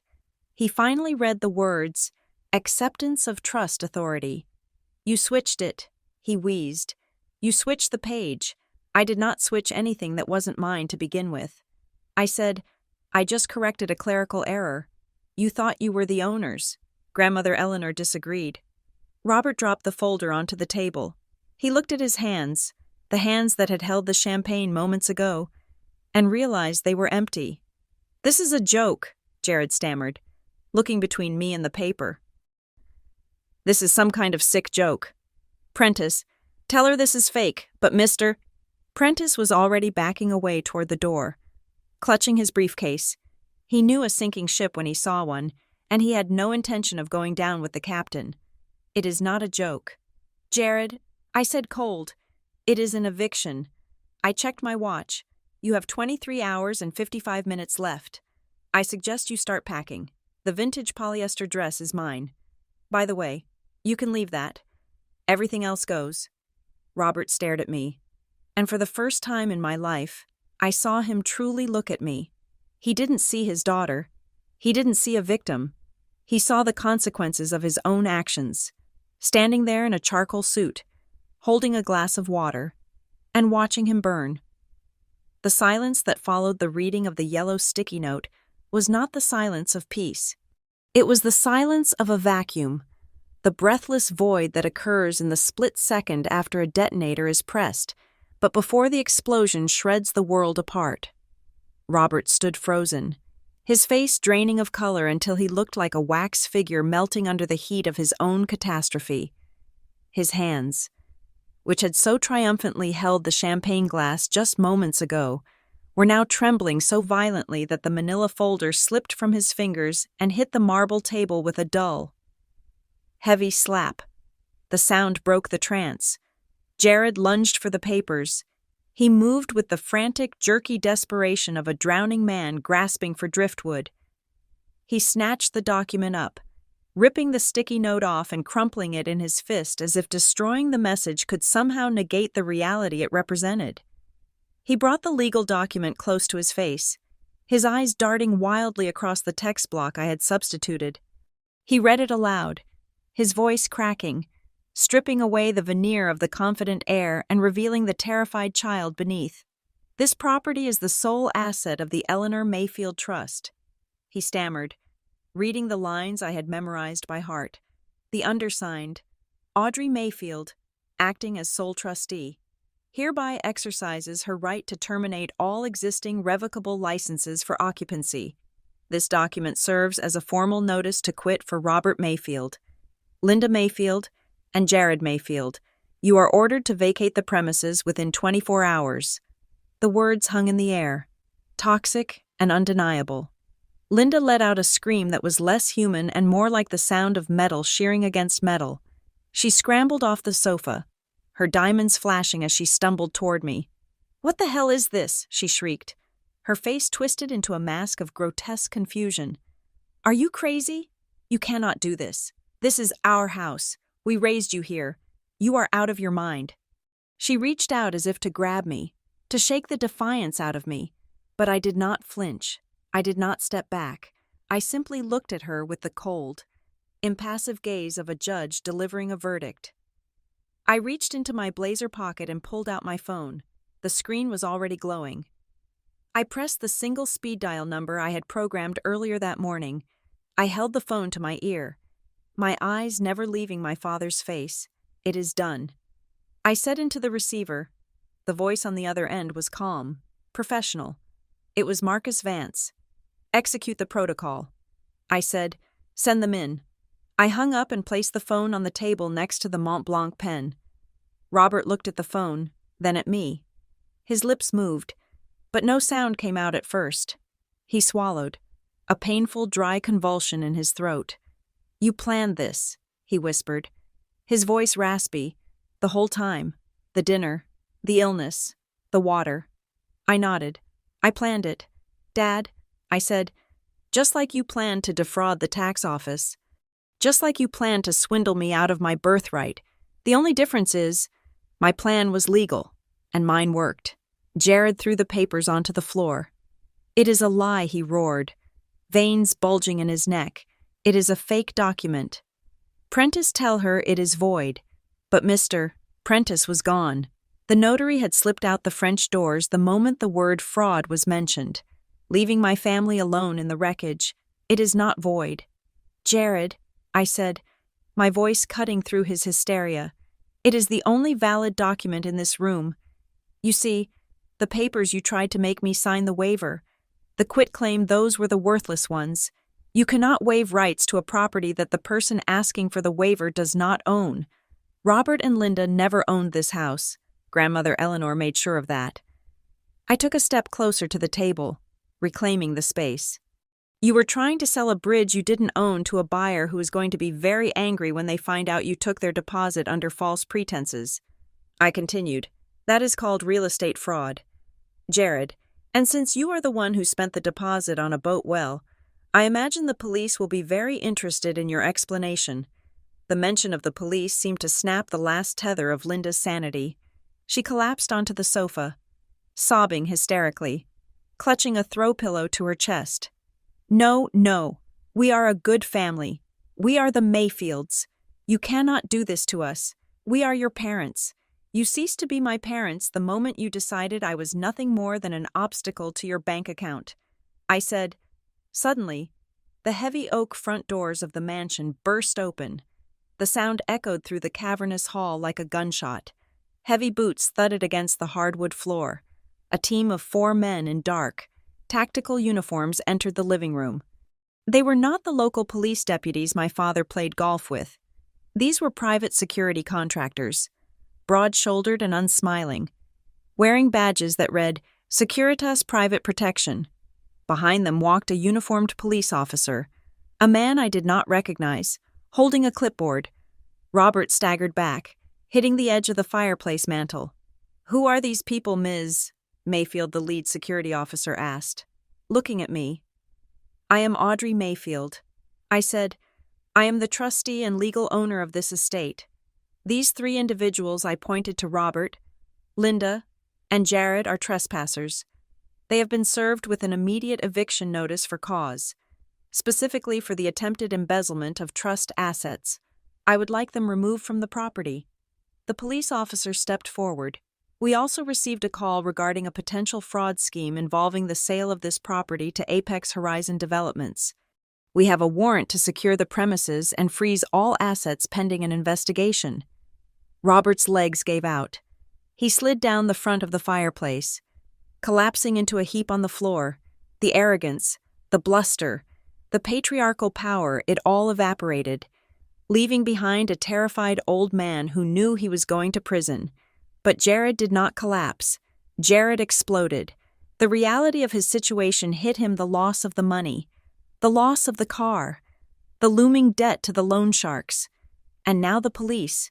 He looked at me, and in his eyes, I saw pure, unadulterated hatred. He didn't see his sister. He saw the architect of his doom. "You bitch," he screamed. "You ruined everything." He launched himself at me. It happened in slow motion.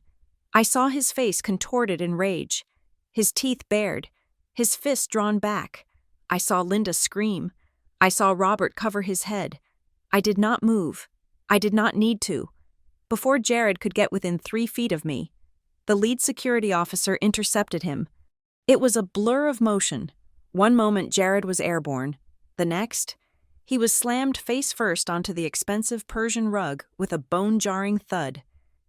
"Get off me!" Jared howled, thrashing against the weight of the guard who had his knee pressed firmly into the small of Jared's back.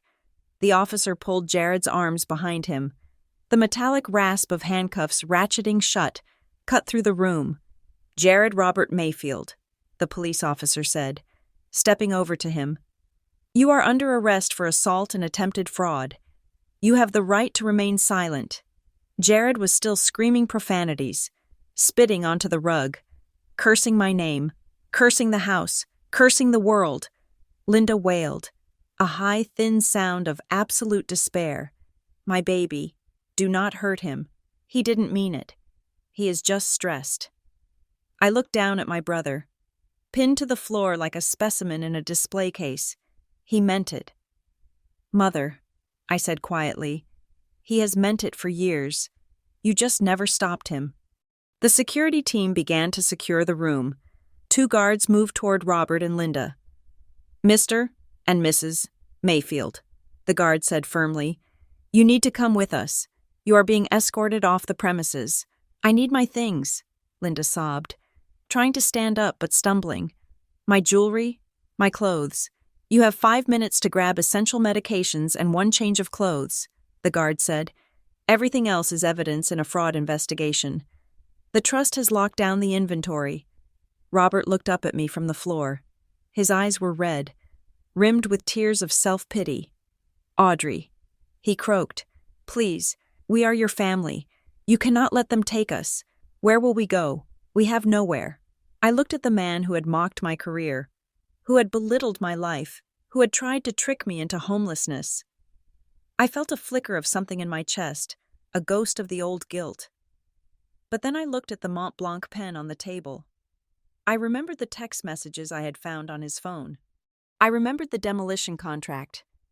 I walked over to the table and picked up the yellow sticky note that Jared had crumpled. I smoothed it out against the marble surface. I picked up the pen. I wrote an address on the bottom of the note. "Here," I said, dropping the note onto Robert's lap. He picked it up with shaking hands. He read the address. "What is this?" he asked. "It is a homeless shelter downtown." I said, "I designed the landscaping for it last year. It is very nice. They have a soup kitchen, and I believe they have a vacancy." Robert stared at me, his mouth agape. "You are heartless," he whispered. "I learned from the best." "Dad," I replied. I turned my back on them. "Get them out," I said to the guards, as they dragged Jared screaming out the front door, and as Linda wept while being steered by her elbow, and as Robert stumbled out into the gray Seattle rain. I did not watch. I walked to the window and looked out at the garden. It was overgrown. It was messy. Weeds were choking the roses my grandmother had planted, but the weeds are gone now. The parasites had been pulled out by the roots. The room was suddenly very quiet. The only sound was the rain against the glass and the distant wail of a siren coming for my brother. I took a deep breath. The air in the house already felt lighter. It smelled less like deception and more like wet earth and possibility. I was alone, and for the first time in my life, alone did not mean lonely, it meant free. The chaos in the living room had settled into a rhythmic, mechanical efficiency. The security team moved with the practiced indifference of men who had seen far worse domestic disputes than the implosion of a bankrupt socialite family. Jared was already in the back of a patrol car outside, his screams muted by the heavy glass, leaving only the sound of my mother's sobbing to fill the void. Then, the front door opened again. Marcus Vance walked in. He did not walk like a man of 80. He walked with the stride of a general entering a conquered city. He carried a leather briefcase that looked older than I was, and his eyes, sharp and clear behind his wire-rimmed glasses, swept the room. He stopped in front of the fireplace where Robert and Linda were being held by the security guards. Robert was slumped on the floor, his face buried in his hands. Linda was standing, clutching her purse as if it contained the oxygen she needed to breathe. Marcus Robert looked up, his voice cracking. "Marcus, thank God. Tell them this is a mistake. You have known us for 40 years. Tell them Audrey is confused." Marcus looked down at my father. He did not offer a hand. He did not offer a smile. He simply opened his briefcase and pulled out a single, thick document with a blue cover. "I am afraid there is no confusion." "Robert," Marcus said, his voice dry and devoid of pity, "I have just filed the original last will and testament of Eleanor Mayfield with the probate court. And I have also filed a motion for an emergency injunction against you for the attempted fraudulent conveyance of this property." "Fraudulent," Linda shrieked, her mascara running down her cheeks in black rivulets. "It was a misunderstanding. We were just trying to expedite the process." Marcus pulled another paper from his bag. It was a printout of an email. "This is a correspondence between you, Robert, and the acquisitions manager at Apex Horizon Developments." Marcus said, reading from the page, "In it, you explicitly state that you possess clear title to the property. You accepted a wire transfer of $200,000 as a non-refundable deposit based on that representation. Since you do not own the title, and since you knew or should have known that probate was not complete, that is wire fraud. And grand larceny." Robert turned a shade of gray that I had never seen on a living human being. "But if Audrey signs," he stammers. "Audrey signed as the trustee." Marcus cut him off.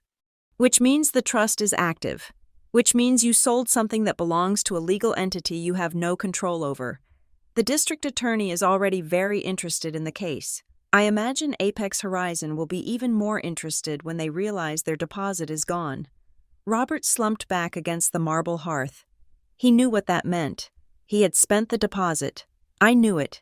He knew it. The money was likely already in a Cayman account for Jared or paid out to cover the interest on his other debts. He could not pay it back. He was going to prison. I walked over to the window. The rain had picked up, lashing against the glass.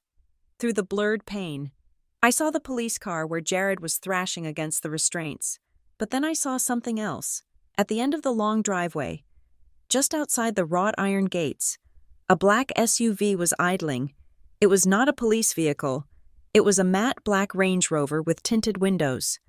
2 men were standing outside it, smoking cigarettes, watching the police lights flash. They were not neighbors. They wore leather jackets and had the stillness of predators waiting for a wounded animal to be left alone. I looked at Marcus. He followed my gaze. "Are those his friends?" Marcus asked quietly. "His creditors," I corrected. "The ones he owes $50,000 to." Marcus nodded slowly. "Well, they can see he is in police custody. They know he is not getting the money." I looked back at the car. One of the men flicked his cigarette butt onto the wet pavement. He pulled out a phone, made a call, and stared directly at the police car holding Jared. Then, he got back into the SUV, and the vehicle slowly drove away. It was a death sentence, or at least a promise of violence that would follow Jared wherever he went. Prison might actually be the safest place for him now. The realization gave me no pleasure, but it gave me no pain either. It was simply a fact, like the rain or the gravity that held us to the earth. I turned back to the room. The security guards were urging my parents toward the door. "Time to go." "Folks," the lead guard said. "Wait." Robert scrambled to his knees. He looked at me, and his face crumbled. The mask of the arrogant businessman fell away completely, leaving a pathetic, sniveling old man. Audrey, please, look at me. I am your father." I looked at him. I felt nothing. It was like looking at a stranger in a photograph. "We made a mistake," Robert cried, tears streaming down his face. "We were desperate. We did it for the family. We can fix this. Just tell them to stop. We can work something out. You can keep the house. Just let us stay in the guest cottage anywhere. Do not throw us out on the street." Linda threw herself at my feet, grabbing the hem of my trousers. "Audrey, baby, please, we are family. Blood is thicker than water. You cannot do this to your own flesh and blood. We love you. We have always loved you." I looked down at her hands clutching my suit. The diamonds on her fingers scratched against the fabric. I reached down and peeled her fingers off my leg, one by one. I did not do it roughly. I did it with the clinical detachment of a doctor removing a parasite. I stepped back, putting distance between us. "Family," I repeated the word. It tasted like ash in my mouth. "You stopped being my family the day you asked me to take the blame for Jared's accident," I said, my voice steady and cold. "But I forgave that. I stayed away. But I forgave it." I looked at Robert. "But this, bringing me here, feeding me my favorite meal just to soften me up for the slaughter, lying to me about the taxes, trying to trick me into signing away my grandmother's legacy so you could demolish it for cash." I shook my head. "Family died when you decided to sell me to save that gambling addict you call a son." I said, "You didn't want a daughter. You wanted a signature. You wanted an asset. Well, you got the signature, and now you are dealing with the asset manager." I turned to the guards. "Get them out. Now. No." Robert screamed as the guards hoisted him to his feet. "Audrey, you cannot do this. I am your father. You are a trespasser," I shouted back, my voice finally rising, finally releasing the anger of 30 years. "And you are evicted." The guards dragged them toward the door.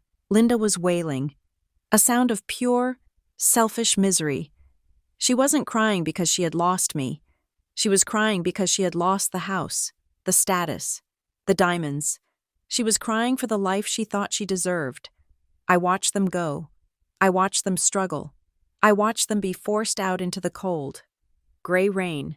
They were not allowed to pack bags. The guard had been strict. Essential items only. Linda had her purse. Robert had his wallet. That was it. The clothes on their backs and the lies in their pockets. The heavy oak door slammed shut behind them with a finality that shook the floorboards. The silence rushed back into the room, instantly filling the space they had vacated. Marcus Vance stood by the fireplace, watching me. He closed his briefcase. "You did well, Audrey," he said softly. "Eleanor would have been proud." I looked at him. Do you think she knew? Do you think she knew it would end like this? She hoped it wouldn't, Marcus said, but she prepared for it because she knew them.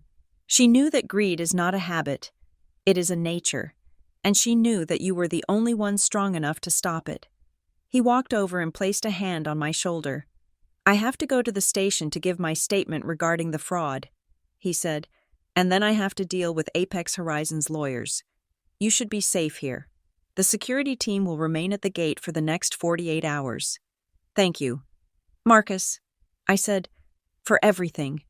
He smiled, a genuine, warm smile that reminded me of my grandmother. Enjoy your house, Ms. Mayfield. You earned it. He left. I was alone. I stood in the center of the living room. It was a massive space, filled with expensive furniture that my parents had bought on credit, filled with paintings they didn't understand, filled with the memories of a childhood I had tried to forget. I walked over to the coffee table. The folder was still there. The Montblanc pen was lying where I had left it. I picked up the pen. I held it up to the light. It was a beautiful instrument, crafted for legacy. Robert had given it to me to seal my own downfall. Instead, I had used it to claim my freedom. I put the pen in my pocket. I would keep it, a trophy. I took out my phone.